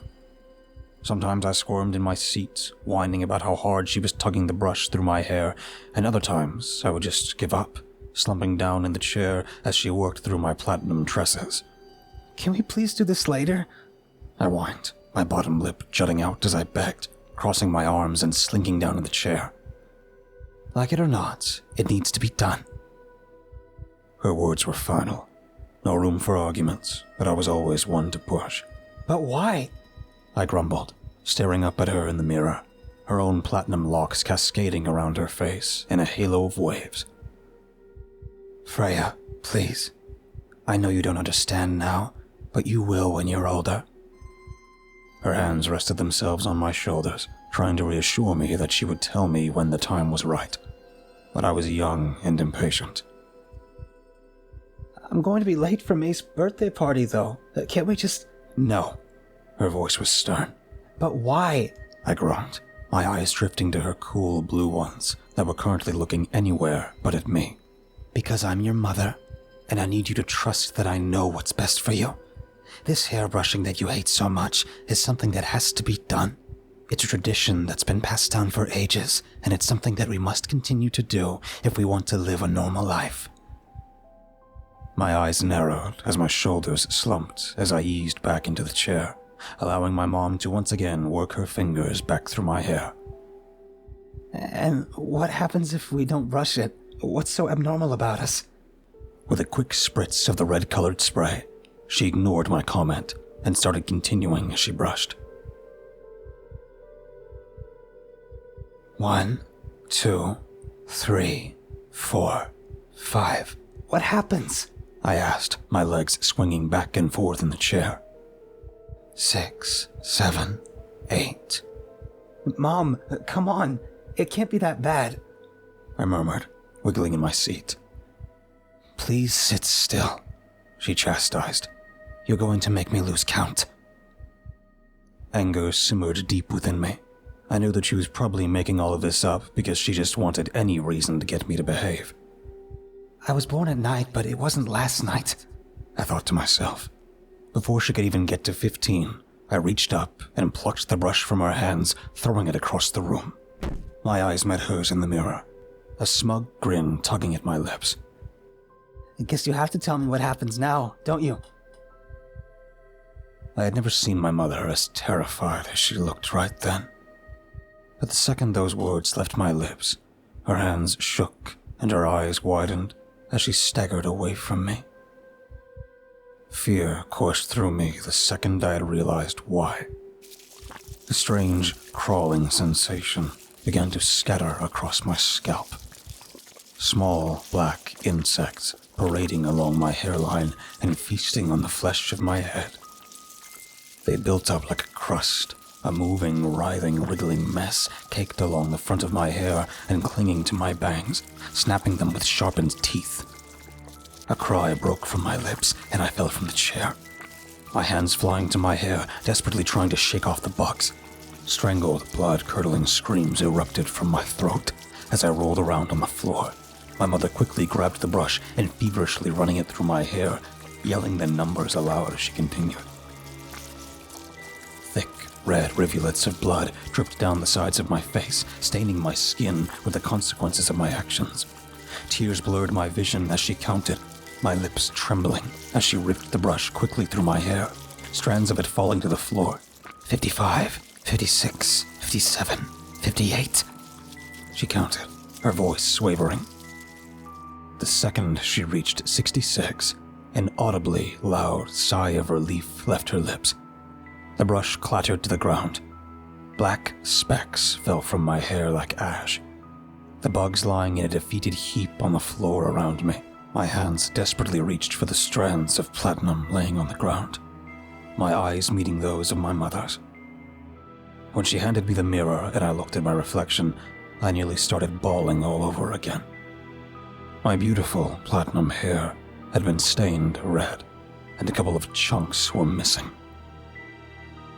Freya, she started, her voice soft and strained.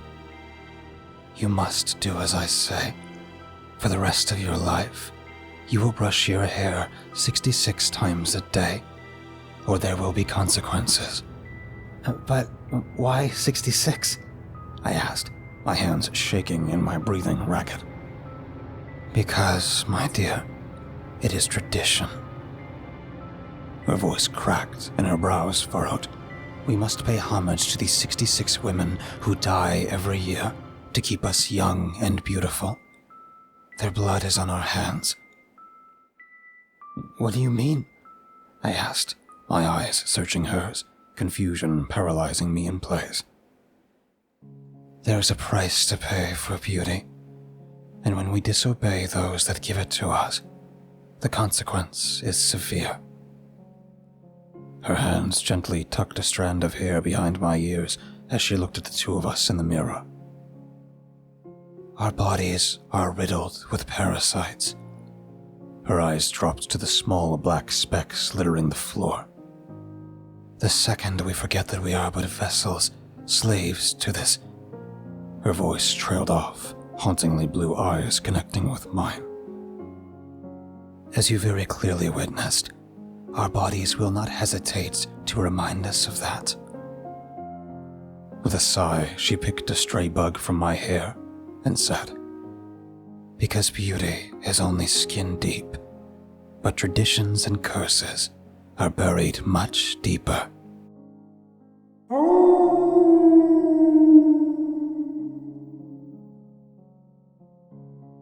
Last fall, I went on a nighttime hayride. Not a spooky one. Well, it wasn't supposed to be spooky. It was supposed to be a scenic ride through a moonlit forest trail. I didn't even want to do it, but my best friend had got dumped the night before she planned to go. Tegan loves all the outdoorsy stuff. The stench of horses is basically her perfume. The ride started at 9, and the trail was a big loop that normally takes an hour to complete. But we were there through the following morning. All together with the driver and a young couple, we were a group of 5.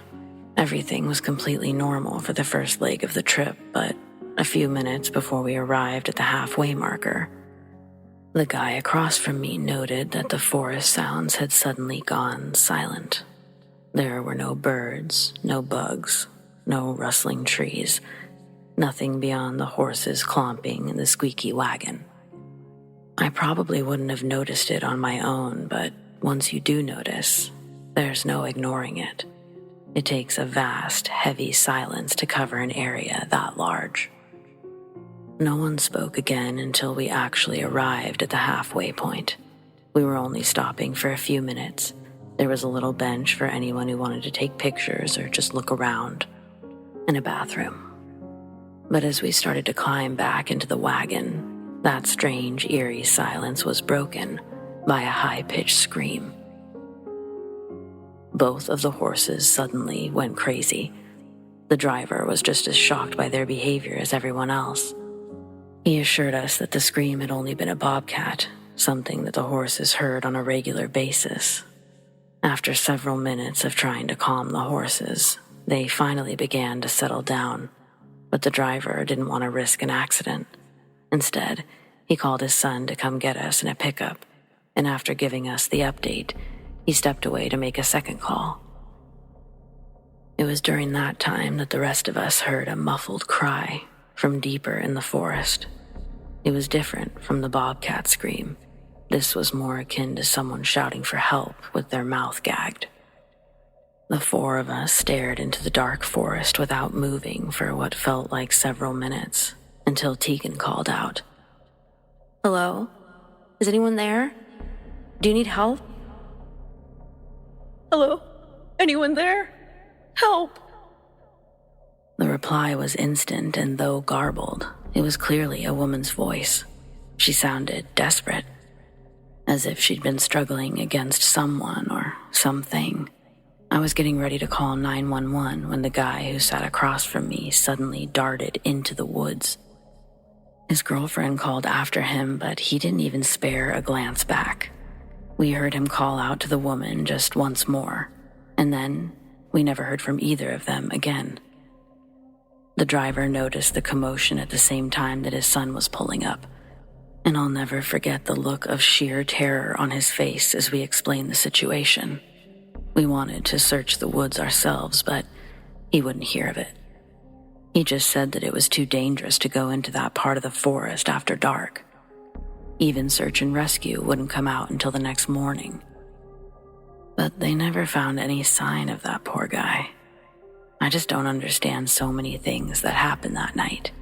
I don't understand how someone is right in front of you one minute and seemingly gone from the face of the earth in the next.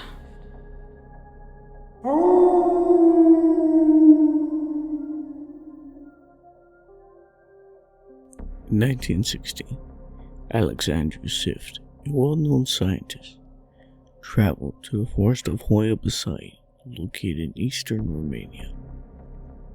The Hoia forest had a reputation of being a hotspot for paranormal activities, the main reason for Sift's motivation.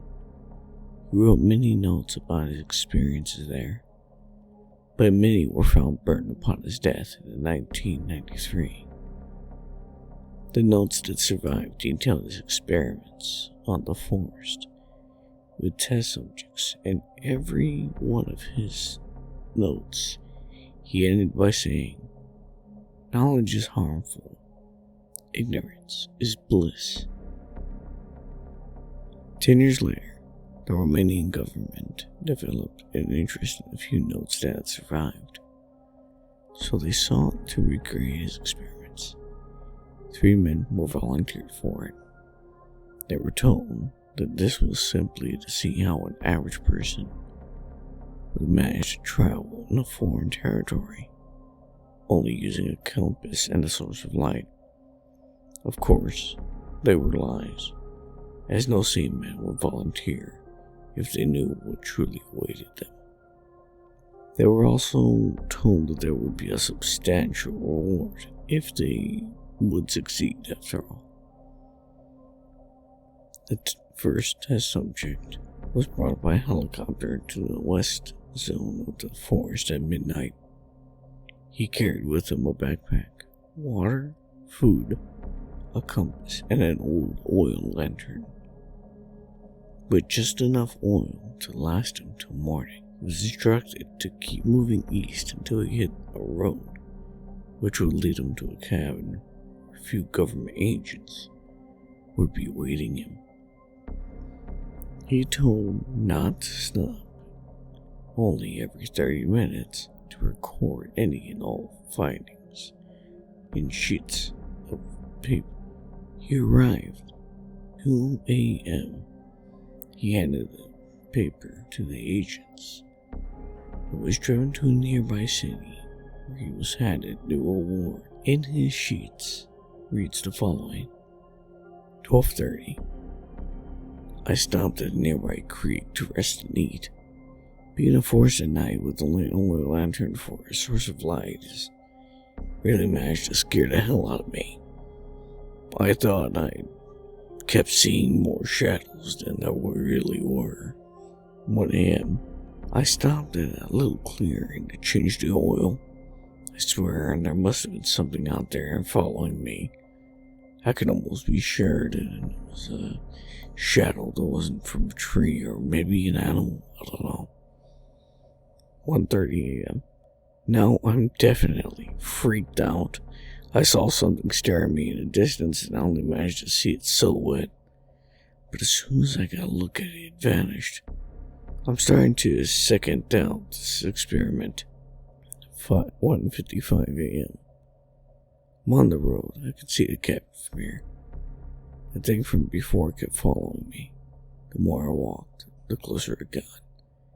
Thankfully, I haven't seen it for a while, so I figured I'll get to the cabin without any more delays. The first subject remained in a state of alarm for a few days, but afterwards, he returned to a regular calm state. The second subject was to play the same spot as the previous one. On the following night, he had the exact same gear, except instead of an oil lantern, he had an infrared camera. He arrived at the cabin at 5 a.m. The agents noticed he was physically and psychologically shaken. He was panting and crying in fear. His sheets read the following: 12:30 a.m. This camera really doesn't help me navigate. I even fell a few times because of it. Almost everything I see is blue and black, except for the occasional red spot of a bird or animal. 1 a.m. I don't know what the fuck you guys put out here with me, but it's not funny. I took a break to drink some water and I heard some rattling from deep within the forest. I took my camera and there was... see what it was, but I couldn't see. I could be sure it was no normal animal. It was big, but hunched over. I couldn't make out details since it was glowing bright red. I slowly walked away from it, never losing it out of my sight, even though it stayed completely immobile. I found a small ditch to hide. I guess I'd better right in here rather than out in the open. I'll quicken my pace. The faster I get out here, the better. 4:30 a.m. I'm sorry for not writing more frequently. I never had the chance. Shortly after the last entry, I heard the thing walking towards me. I hid in a small cave and waited for it to pass. It took too long because of that. It didn't leave me alone. I'll probably not write anything until I get to safety, but the last thing I want to see is to be surprised with that thing while my guard's down, you know? The second test subject was visibly stressed and was taken to a psychiatrist for 3 months. The third subject never came back.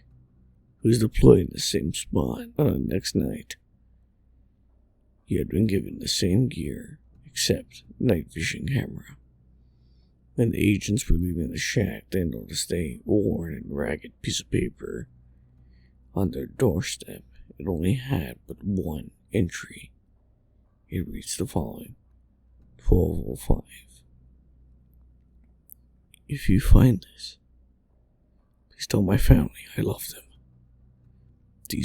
They just may be my last words. I couldn't see the helicopter anymore, and I turned on the camera to check my surroundings. I can see it, 20 meters in front of me. It doesn't move as I read this. It doesn't even blink. It has no eyes. It's higher than any human or bear I've ever encountered. It's hunched like a gorilla, supporting its weight on its extremities of its limbs. I can't even call those hands. It's like it has like fish-like eyes, no pupils, just pure engulfing darkness. Oh God. It's tearing down the trees as it moves. After the conclusion of the experiment, the Romanian government placed electrified fence and guards towers surrounding the entire Hoya Basai forest. They made sure not to let anyone in or anything out.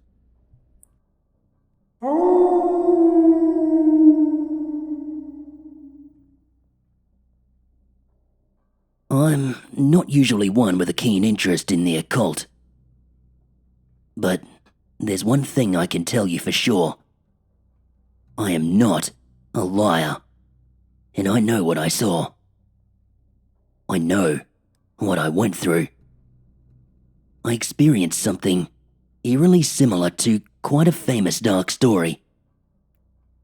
I guess I'll tell it to you, as best I can. This is my experience when I was in high school.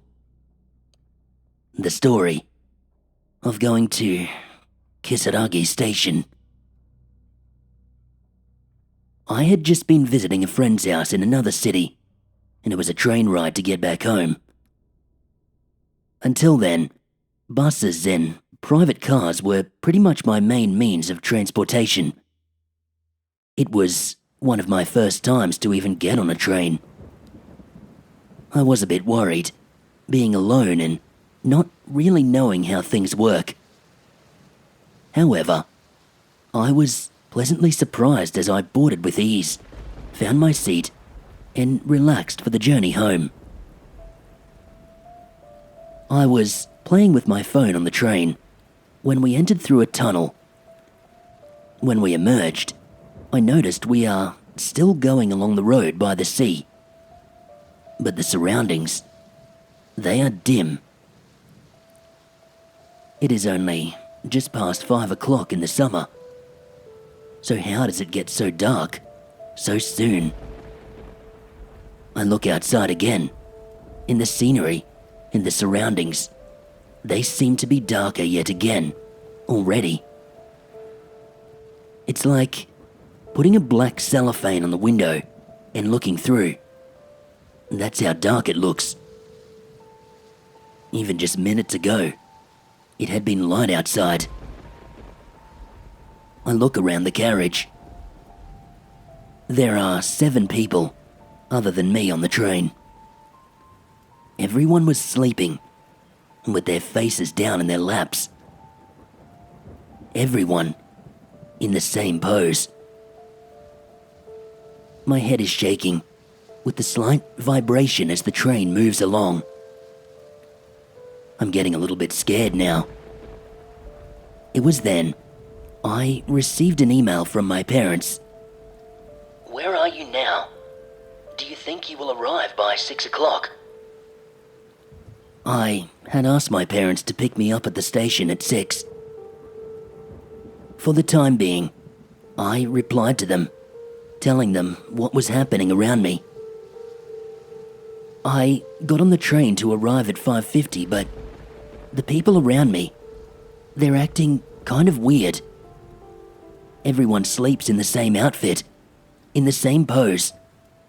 Also, it's dark outside, and I've never seen this scenery, like it's changing around me.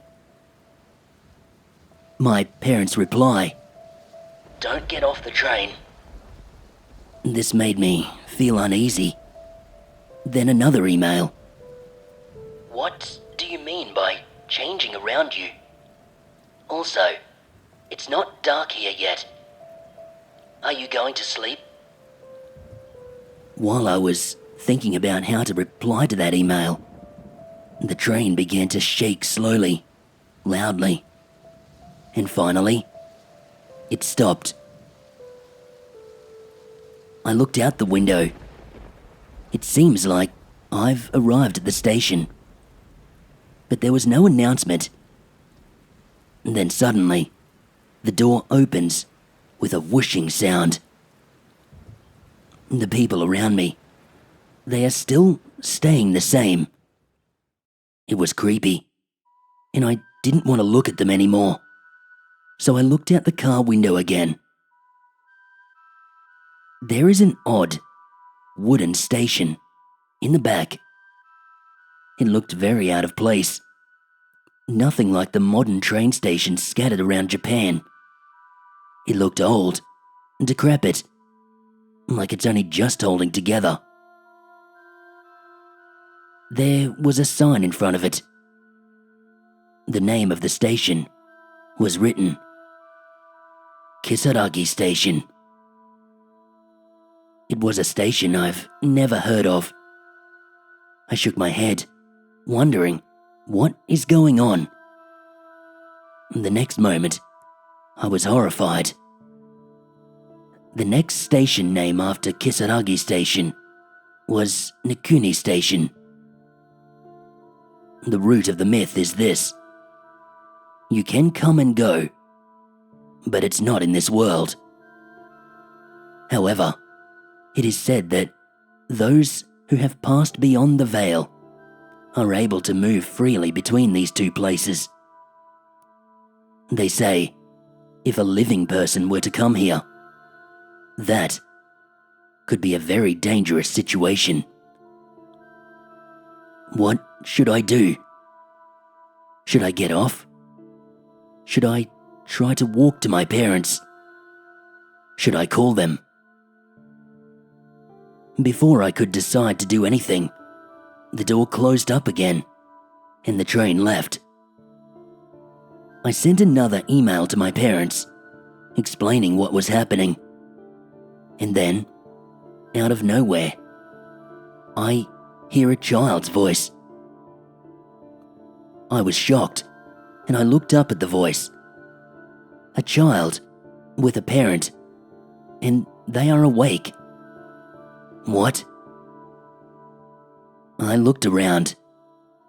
All 7 people who were sleeping in those unnatural poses were now awake. I look out the carriage window. The dimness, it has disappeared. It is light outside now. I'm confused, but I'm glad that I'm back. Back from wherever I was. That place, it was not right. I don't know where beyond the realms of our plane of existence that station was, but it's not a station that should ever be reached. Not by anyone living. After this, I arrived at the station near to my parents' house in less than 5 minutes. My parents were running to me, and they are angry at me. When I asked them why they are angry, they pointed to their watch. It was about 6:20 now.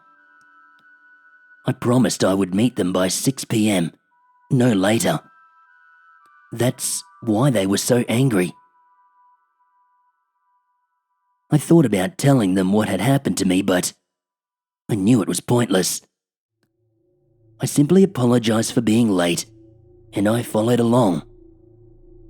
So, I had my parents take me home, and the experience was over. I don't know for sure what that place is, or what may have happened to me there. But I sure am glad that I did not get off the train at Kisaragi Station.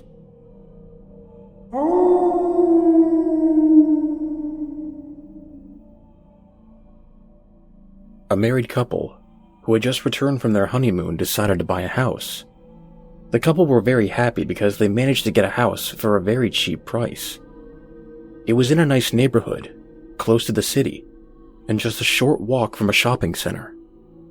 One day, the husband was walking down the hall when he spotted a red crayon lying on the floor. The couple didn't have any children, so the husband wondered where the crayon had come from. Perhaps the previous residents left it behind, he said to himself, as he casually threw it in the trash.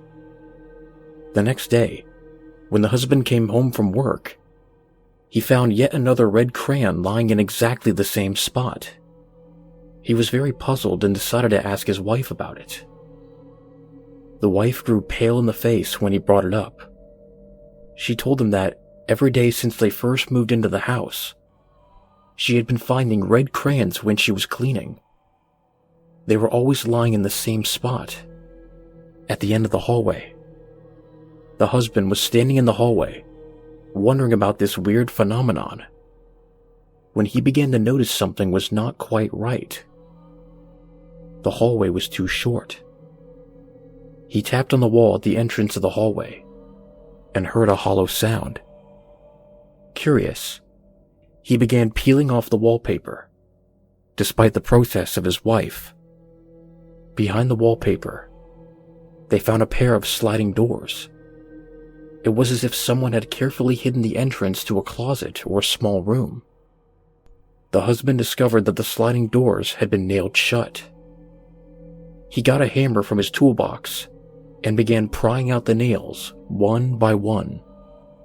After pulling out the last nail, he slowly opened the sliding door to reveal the small, hidden room. Looking inside, they saw that the white walls of the little space were covered with words scribbled in red crayon. Over and over again were the words, "Mommy, I'm sorry, let me out. Mommy, I'm sorry, let me out. Mommy, I'm sorry, let me out."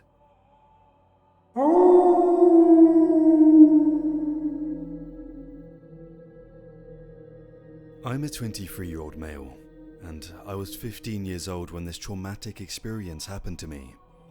I still think about it to this day, as it's a memory that stuck with me throughout the years.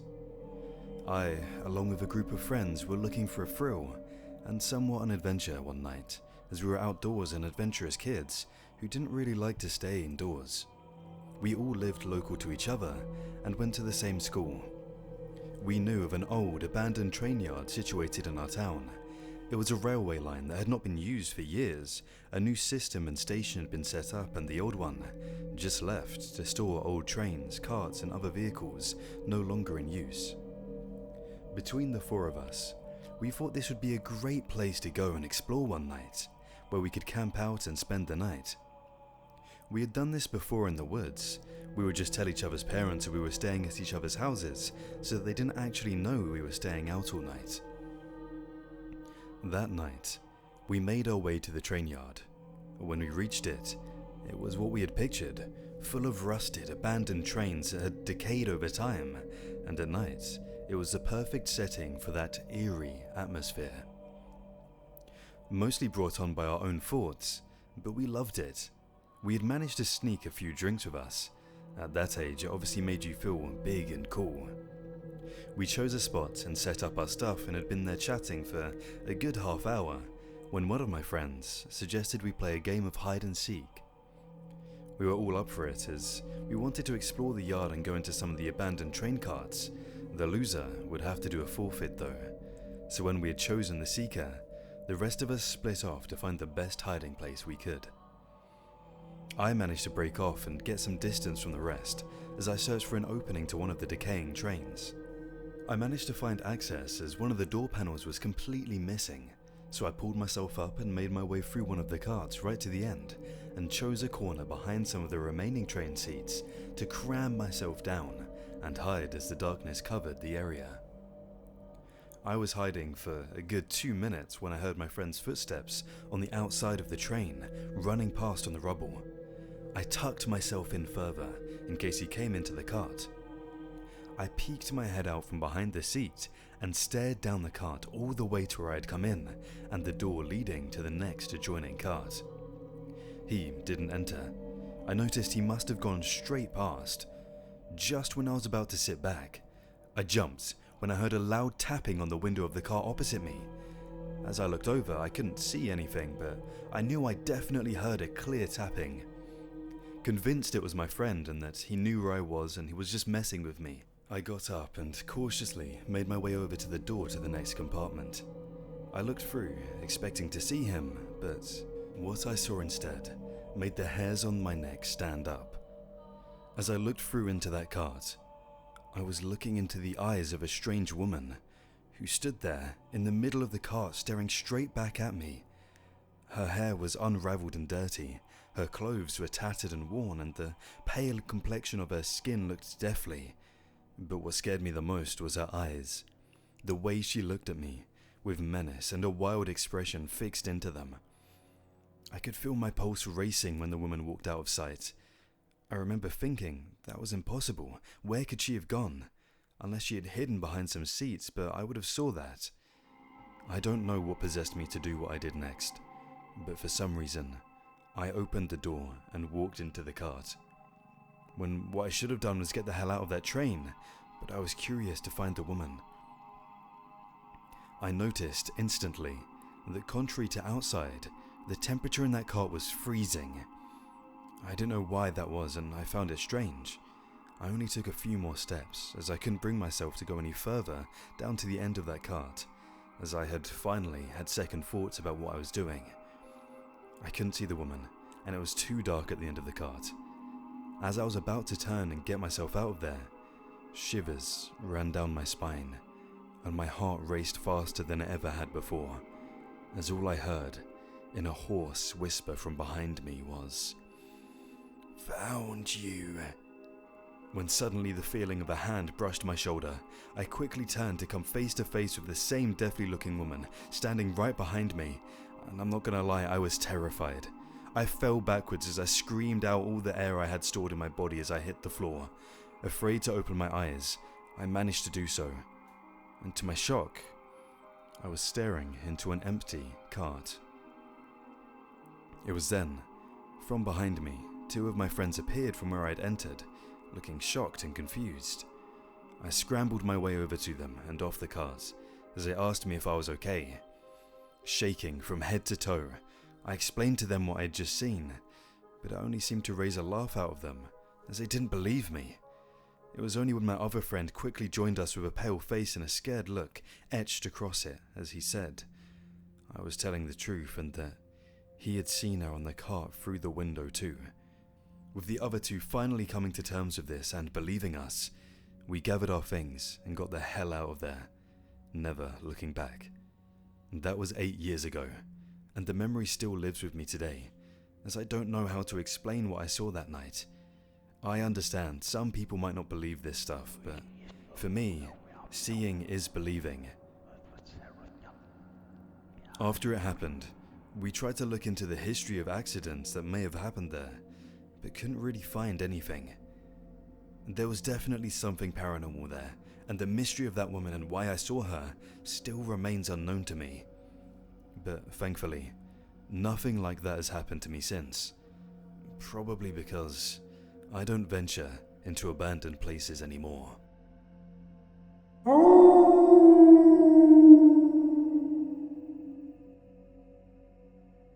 The Black Dog, an England supernatural story. Throughout history, there have been many well-known hellhounds, from Greece to Norse mythology, to Egypt and Germany. But to me, the one that stands out the most is the Black Dog. It is usually an unnaturally large dog with glowing red or yellow eyes and often connected with the devil. What has fascinated me about this creature, as I hope it will you, is that it's been seen throughout most of England. One such example was a farmer that claimed to see the beast every night that he went to milk his cows. He claims that one day, he went to milk his cows and he saw the Black Dog. According to this claim, it appeared every night after that. That was until he brought a friend with him. When he saw it again, he attacked it with the yoke of his milk pails as a weapon. The dog ran away into the night, never to be seen again. As for the farmer, well, unfortunately for him, while he did survive the encounter, he had to be carried home alive, only to become speechless and paralytic for the rest of his life.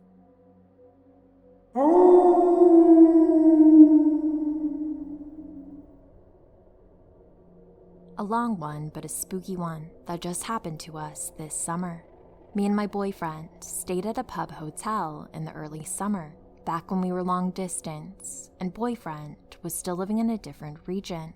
He would regularly come up to see me, and we'd stay in different hotels in my area of England, because I lived with my family. In this pub, in the room we were staying in, we had been having a little bit of an argument, but before it could escalate, I decided to go outside and sit in my car for 5 minutes.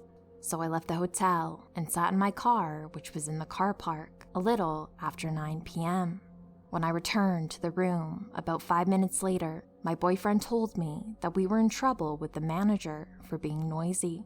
He told me that after I left the room, the manager had knocked on our room door and told him off for making noise, saying that he had received 2 complaints about the noise. Before we checked out the next morning, I was looking out of our room window and saw a young couple also leaving and wondered if it had been them that we'd annoyed and who had complained. We went out for breakfast, and things about the complaints didn't add up to me. For one thing, we weren't that loud and hadn't been arguing for even that long before I went out to my car. So how had 2 people managed to complain, and for that complaint to go straight to the manager, all in the space of the 5 minutes it took me to walk to my car and back? I concluded to my boyfriend that the manager must have heard us himself and made up that 2 different guests had complained. Fast forward to the afternoon of the day we checked out, and we unexpectedly needed to book another night at this pub hotel due to the trains all being on strike when boyfriend was due to travel back home. While I was at work, my boyfriend went back to the pub and checked us in for another night. He apologized for us being noisy the night before to the woman who was checking him in again. The woman said she hadn't known about us having made a noise, and my boyfriend told her that the manager had knocked on our door last night and told him off. The woman member of staff said that it was odd because the only staff they have on at night was the chef and the young male bartender, and neither of them go upstairs, and that their manager was a woman with blonde hair, not a man. The female member of staff said she doesn't know who the man was. None of the staff do, but that other guests have also told her the same, that a man had knocked on their door complaining about the noise, implying to be the manager. Well, the man my boyfriend had spoken to was in his 60s, with gelled back, salt and pepper hair, and he was really mean. My boyfriend recalled to me later that when he apologized, This man just glared at him and didn't make a move to leave, so my boyfriend just awkwardly shut the door on him. My boyfriend asked who else had stayed there, but was told that us and the other young couple I saw leaving were the only guests that previous night. This left us questioning who on earth the man was who knocked on our door, pretending to be the manager. So, that night, we were feeling quite creeped out. We were in a different room that was just opposite the one we'd previously stayed in. Anyway, eventually, we forgot about it and were having a bit of a laugh when a really hard knock on our room door rang out. My heart sank, and I was telling my boyfriend not to answer because it's the man again. He of course answered anyway. The door was about 2 to 3 feet from the bed we were on. He opened the door, and there wasn't anybody there, or in the corridor, which we were at the very end of. It was a long, straight, creaky corridor. Well, we were terrified by now. The next day, my boyfriend emailed the pub, explaining the situation and saying that we were concerned a weird stranger was knocking on doors in their hotel.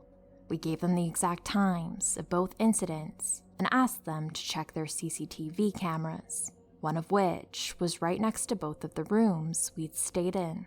The manageress replied to his email with this: "Dear Mr. Blank, following your recent complaint about another guest knocking at your door late at night, we reviewed our CCTV footage from June 8th, 23 and June 9th, 23. At the stated times these incidents took place.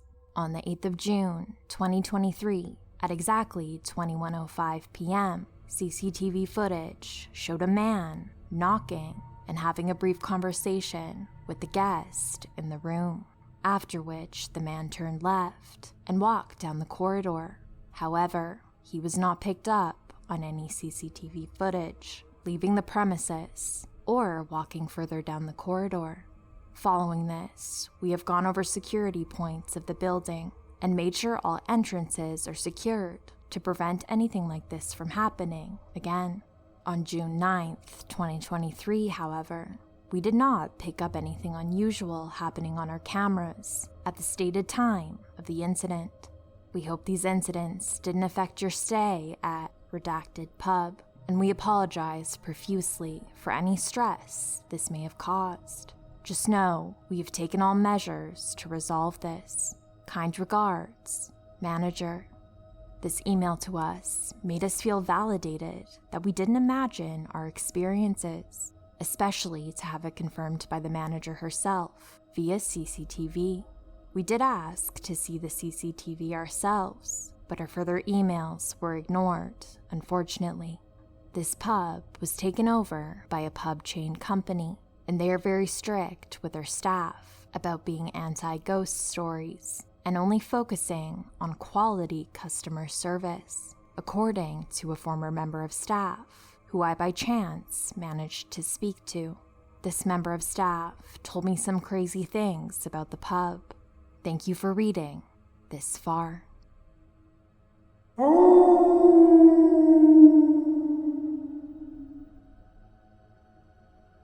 The Creature by the Mountain Lake. Written and narrated by Alternative Night. I'm a fisherman who mostly goes fishing by a large lake close to home in the mountains. I've been doing the hobby for a number of years now, and I'm usually 50-50 on my luck on catching a fish or more, depending on the time of day or even the time of year.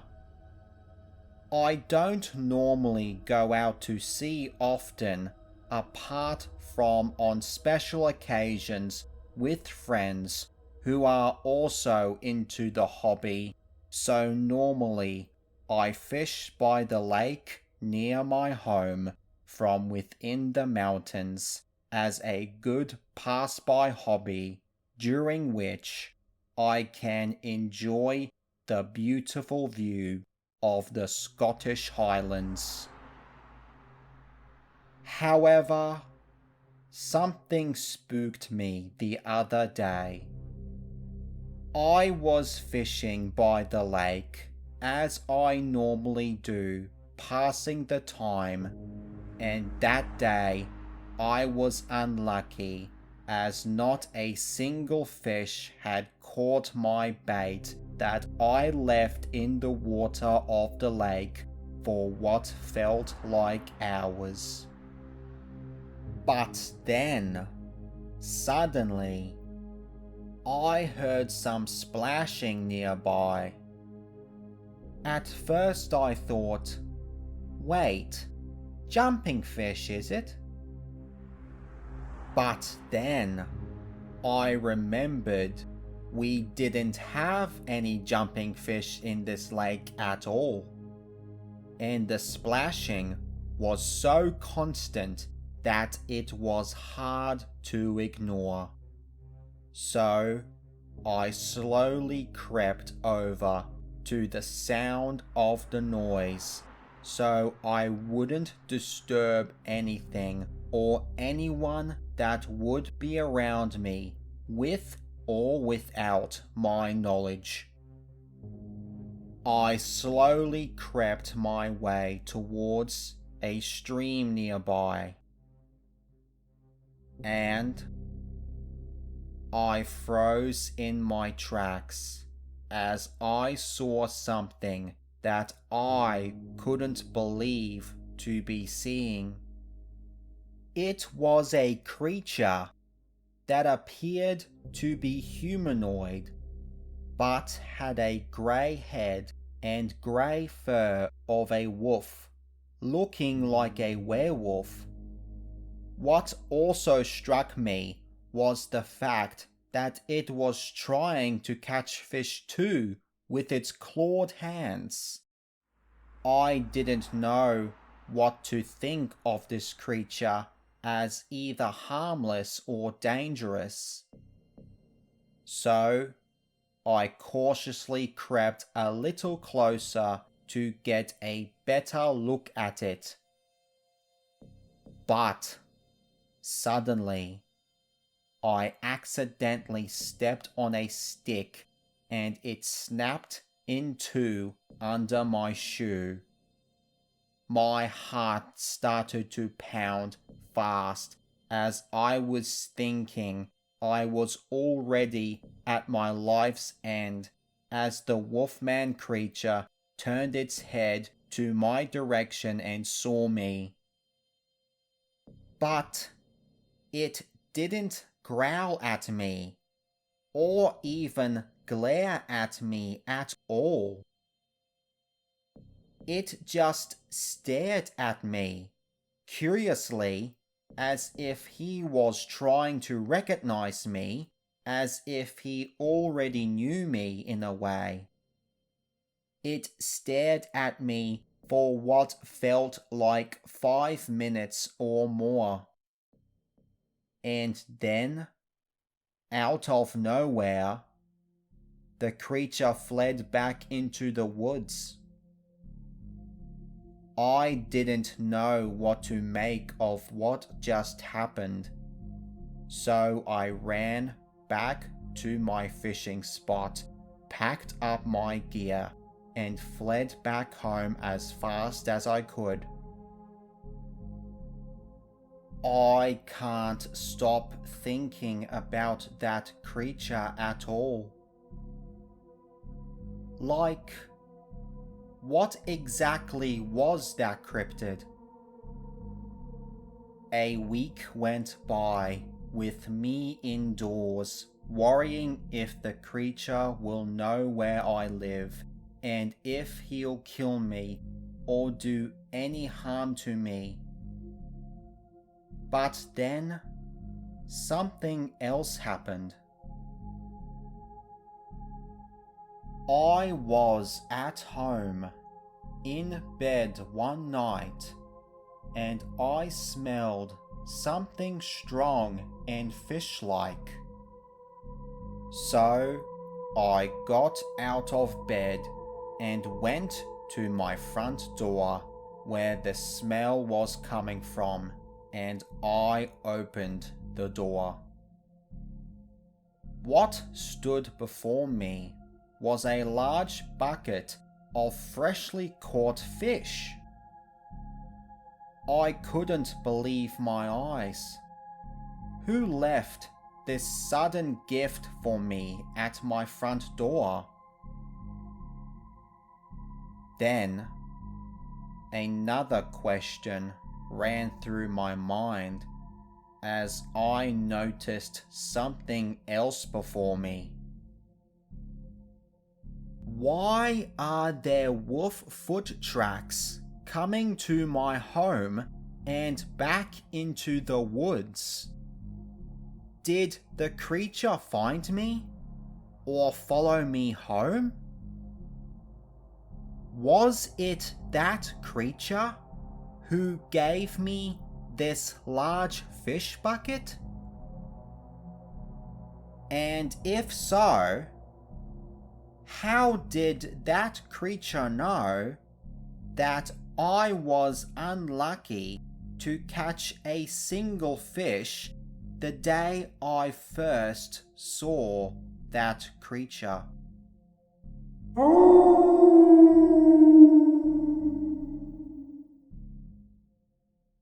Grundy Mansion by Miyamina. Grundy Mansion is infamous in the community for its ominous rumors, particularly among the youth. Although it's foreboding and forbidden, the curious find it indescribably and insatiably alluring. It stood silently empty for 60 years, with only a caretaker's family living near. I knew, like every child in the community, the rumors and stories of Grundy Mansion. Children, especially teens, brave the walls of the grounds to claim a rite of passage and to brag about getting in and out. Others wanted to find out if the rumors of ghosts were true. I am neither. Once I passed through the gates, the vast size and immaculate grounds leading to the mansion overwhelmed me.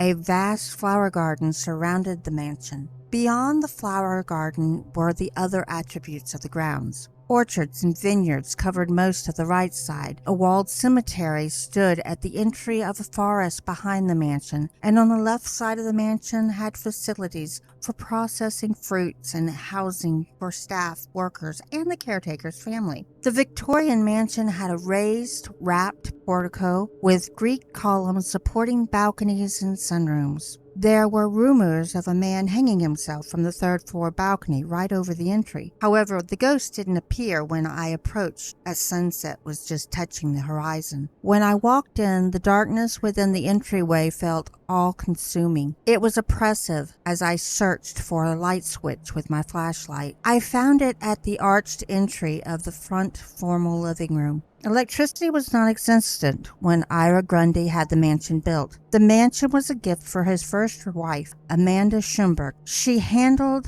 the decoration of the ground floor. She fully furnished kitchens, living rooms, dining rooms, 2 ballrooms, a library, 2 studies, a drawing room, and a smoking and drinking room. It took her the better part of their first 3 years together to finish creating the ground floor. I was pleased to see most of her decor still existed as I walked through. The massive library, which usually would capture my attention for days, was at the center of the floor plan. The feeling that someone was watching me strengthened as I moved through it. Deciding to investigate it more during the day, I moved to the stairs just outside the library. "If you ghosts are actually here," I said, looking around the floor as I moved to the stairs, "I don't believe in you. You won't scare me away. I'm the last Grundy of Ira's line. I've come home, so deal with it." I made my way up to the 2nd floor. I knew Amanda had only furnished a nursery, children's rooms, and the master's room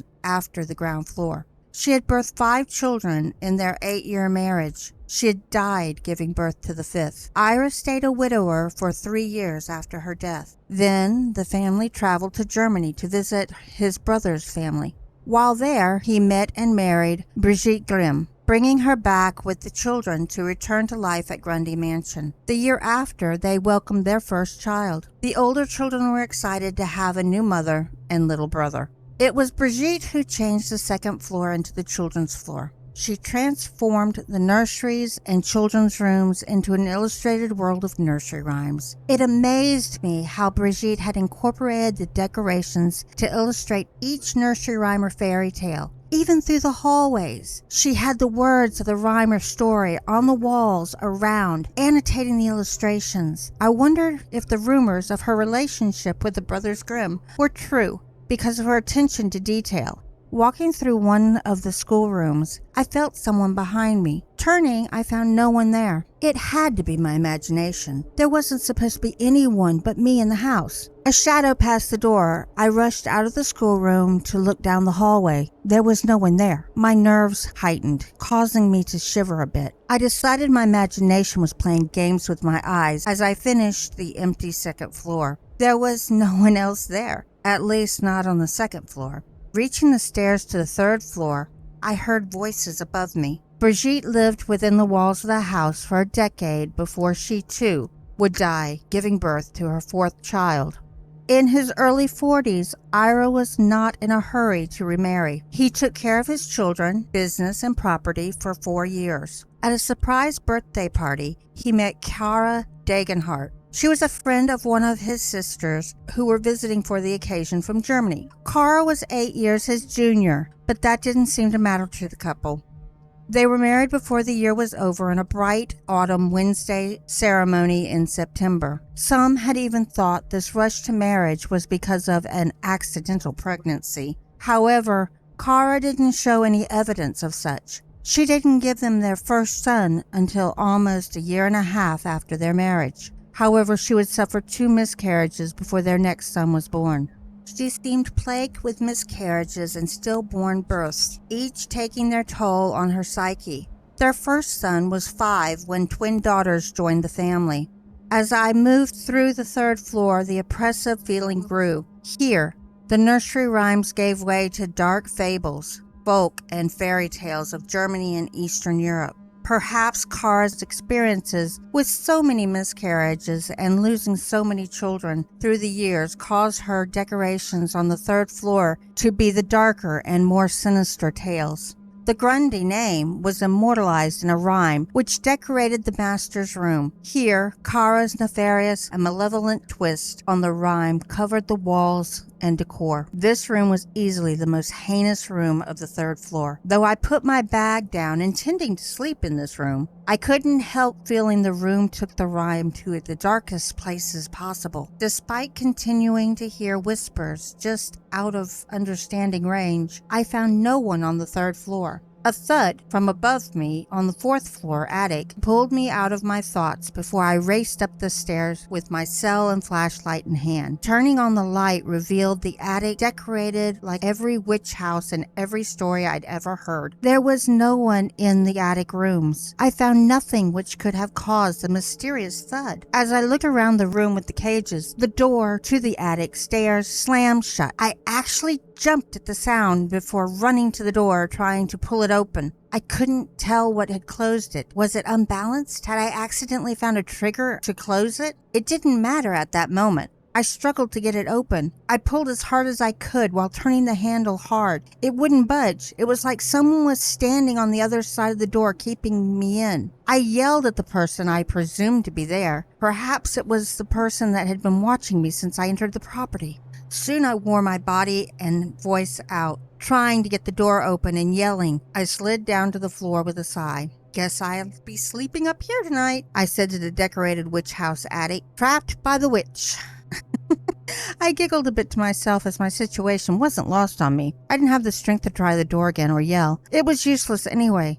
I would have to wait until the others got there the next day. I drifted off to sleep while sitting in one of the plush chairs in the living space of the house. In my dream, voices of people surrounded me. It was like I was at a grand party with hundreds attending. She's the newest Grundy heir, the last Grundy of the Nursery Rhyme Mansion line, a man said. Looks like your line has gone downhill, old man. No, a woman's voice answered him. There's something special about this one. Remember the children that found the well? I feel them in her. Oh, come on, Mom, another male voice said. I was sure he was shaking his head. There's probably very little Grundy blood left in her genes. A male voice chuckled as it came close to me. I could almost feel his hand caressing my face, as if lifting it to look me over while he spoke. This one has strength unfounded. She's more Grundy than some of you, I dare say. She will be a wonderful addition to the mansion.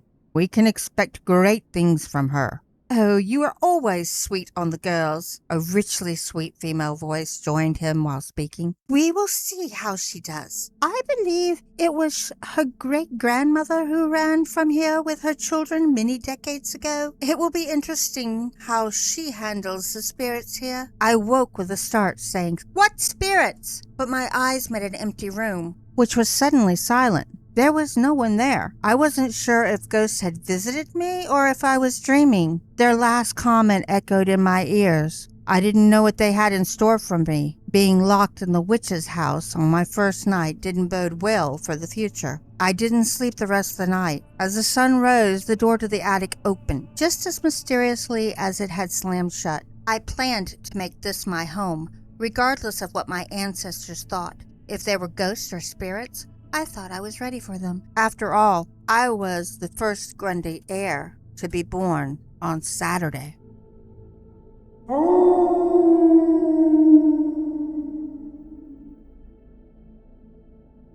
For years, I was the guy that you called if you had a squirrel in your attic.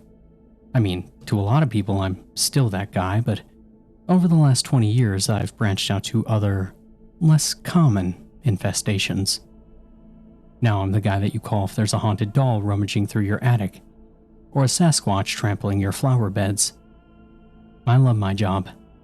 The specializations I've acquired have allowed me to travel across the country, meet incredible people, and experience cryptids like few have ever done before. It doesn't hurt that the pay is great, but the stories, they're even better. I have one short story for you. Well, it's more of a public service announcement than anything else, but here we go. See, I've dealt with every sort of infestation from Sasquatches, you just spray human urine around the area sighting and it'll avoid it, to demonic presences, which you usually just need to bring in a priest. Sometimes they can be tricked into inhabiting a lesser creature like a frog. And jackalopes. It's just a bunny with some antlers. Put it in a cage and give the poor thing a carrot. But recently, there has been one cryptid that has been growing more and more invasive into human settlements. The hide-behind. Most commonly found in the forests of northern United States and Canada, the hide-behind is one cryptid that cannot be easily dealt with. In fact, I'm not sure if it's even possible for one of these things to be bagged and tagged like we normally would do with the other cryptids. To my knowledge, no hide-behind has ever been killed, maimed, dazed, or even simply removed from a residence. Once it has made claim to the area, whether it be a local forest, a cave, or even in one particularly bloody case, a Bass Pro Shop, it will defend that area to the death. These things were first documented by the Native Americans, then by lumberjacks in the PNW of America. The hide-behind is one of the more lesser-known cryptids, but without a doubt, one of the most dangerous. No one really knows what they look like. As the name suggests, as soon as they are seen, they quickly duck out of view to hide behind anything in the vicinity. In the wild, this would be trees and rocks, but in your home, this could be a corner, a kitchen cabinet, a television, or literally anything else as they manipulate their body to hide behind an object of any size.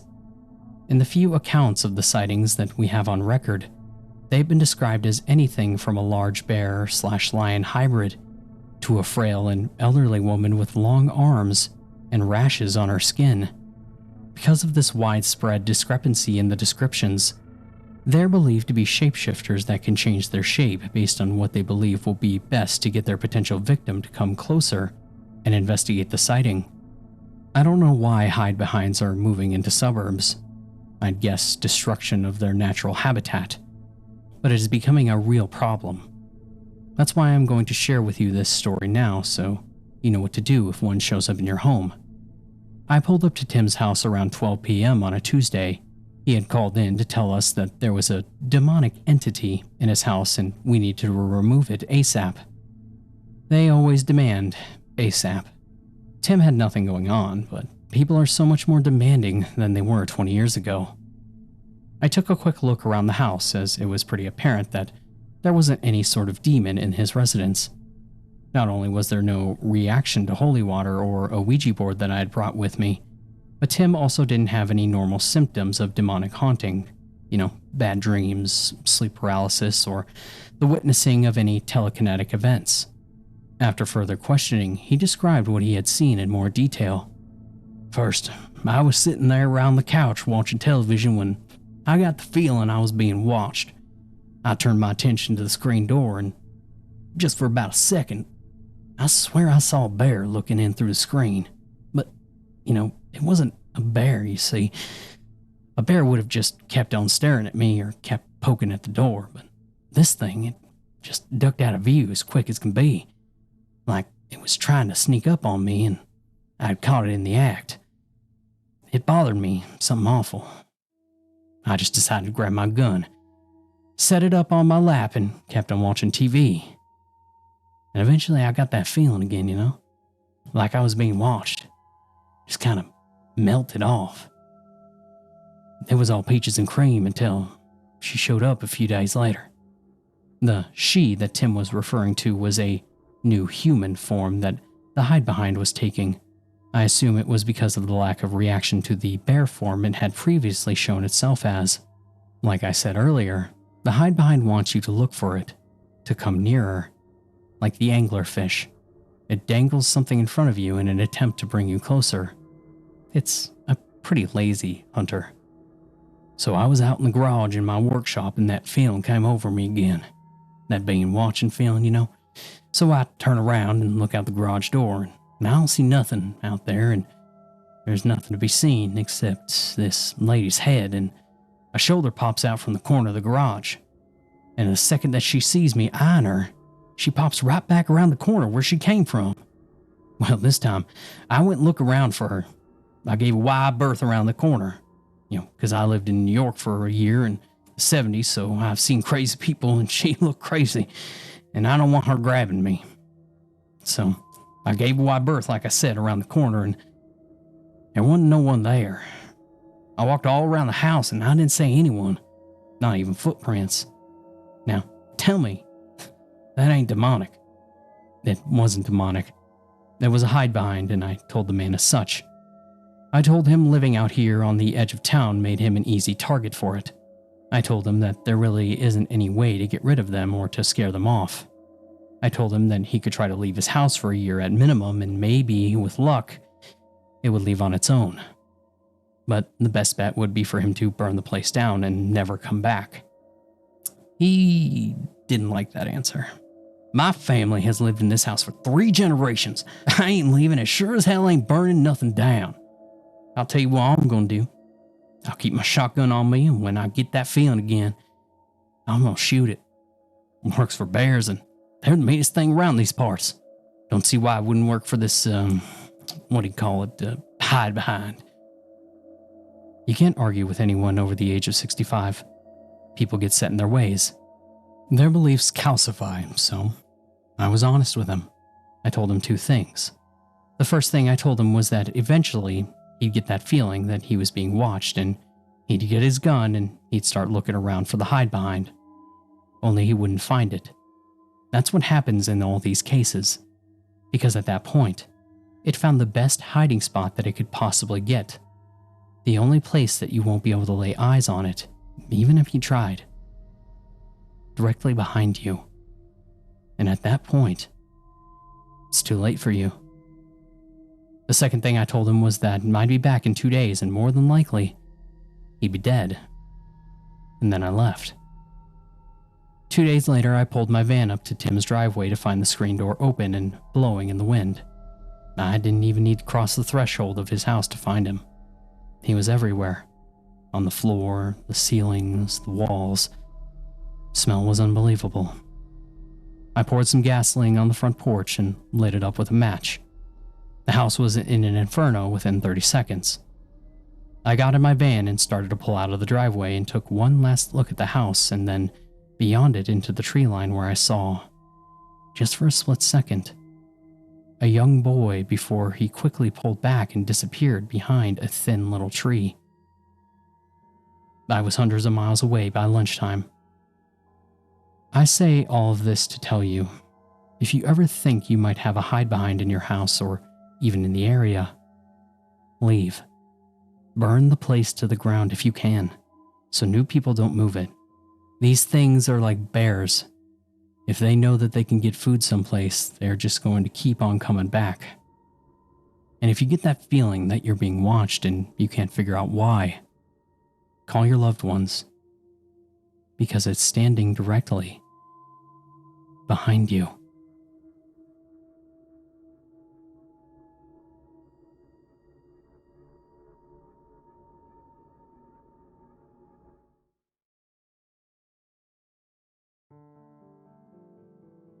What's up, everybody? This is the Lone Wolf here. I hope you guys enjoyed listening to this year's Halloween special. I would like to give a massive thank you to all of the narrators that joined me in this video. They're all amazing storytellers, and I highly encourage you all to check out their channels if you haven't already. There will of course be links to all of my guests' channels in the description below for anybody who wants to check them out. Anyways, if you guys liked the video, please feel free to like, share, and subscribe, especially those of you new to my channel. Turn on the bell for notifications and join the Lone Wolf Pack. If anybody wishes to reach out to me regarding personal stories, recommendations, future collaborations, advice about the channel, or just to say hi, there will be links to all of my social media platforms in the description below. I'm mostly active on Twitter and Instagram, but I also have an email, Discord server, and TikTok account that you can message me on as well. Until next time, stay spooky. And remember, the hunt begins when the moon is full. Happy Halloween.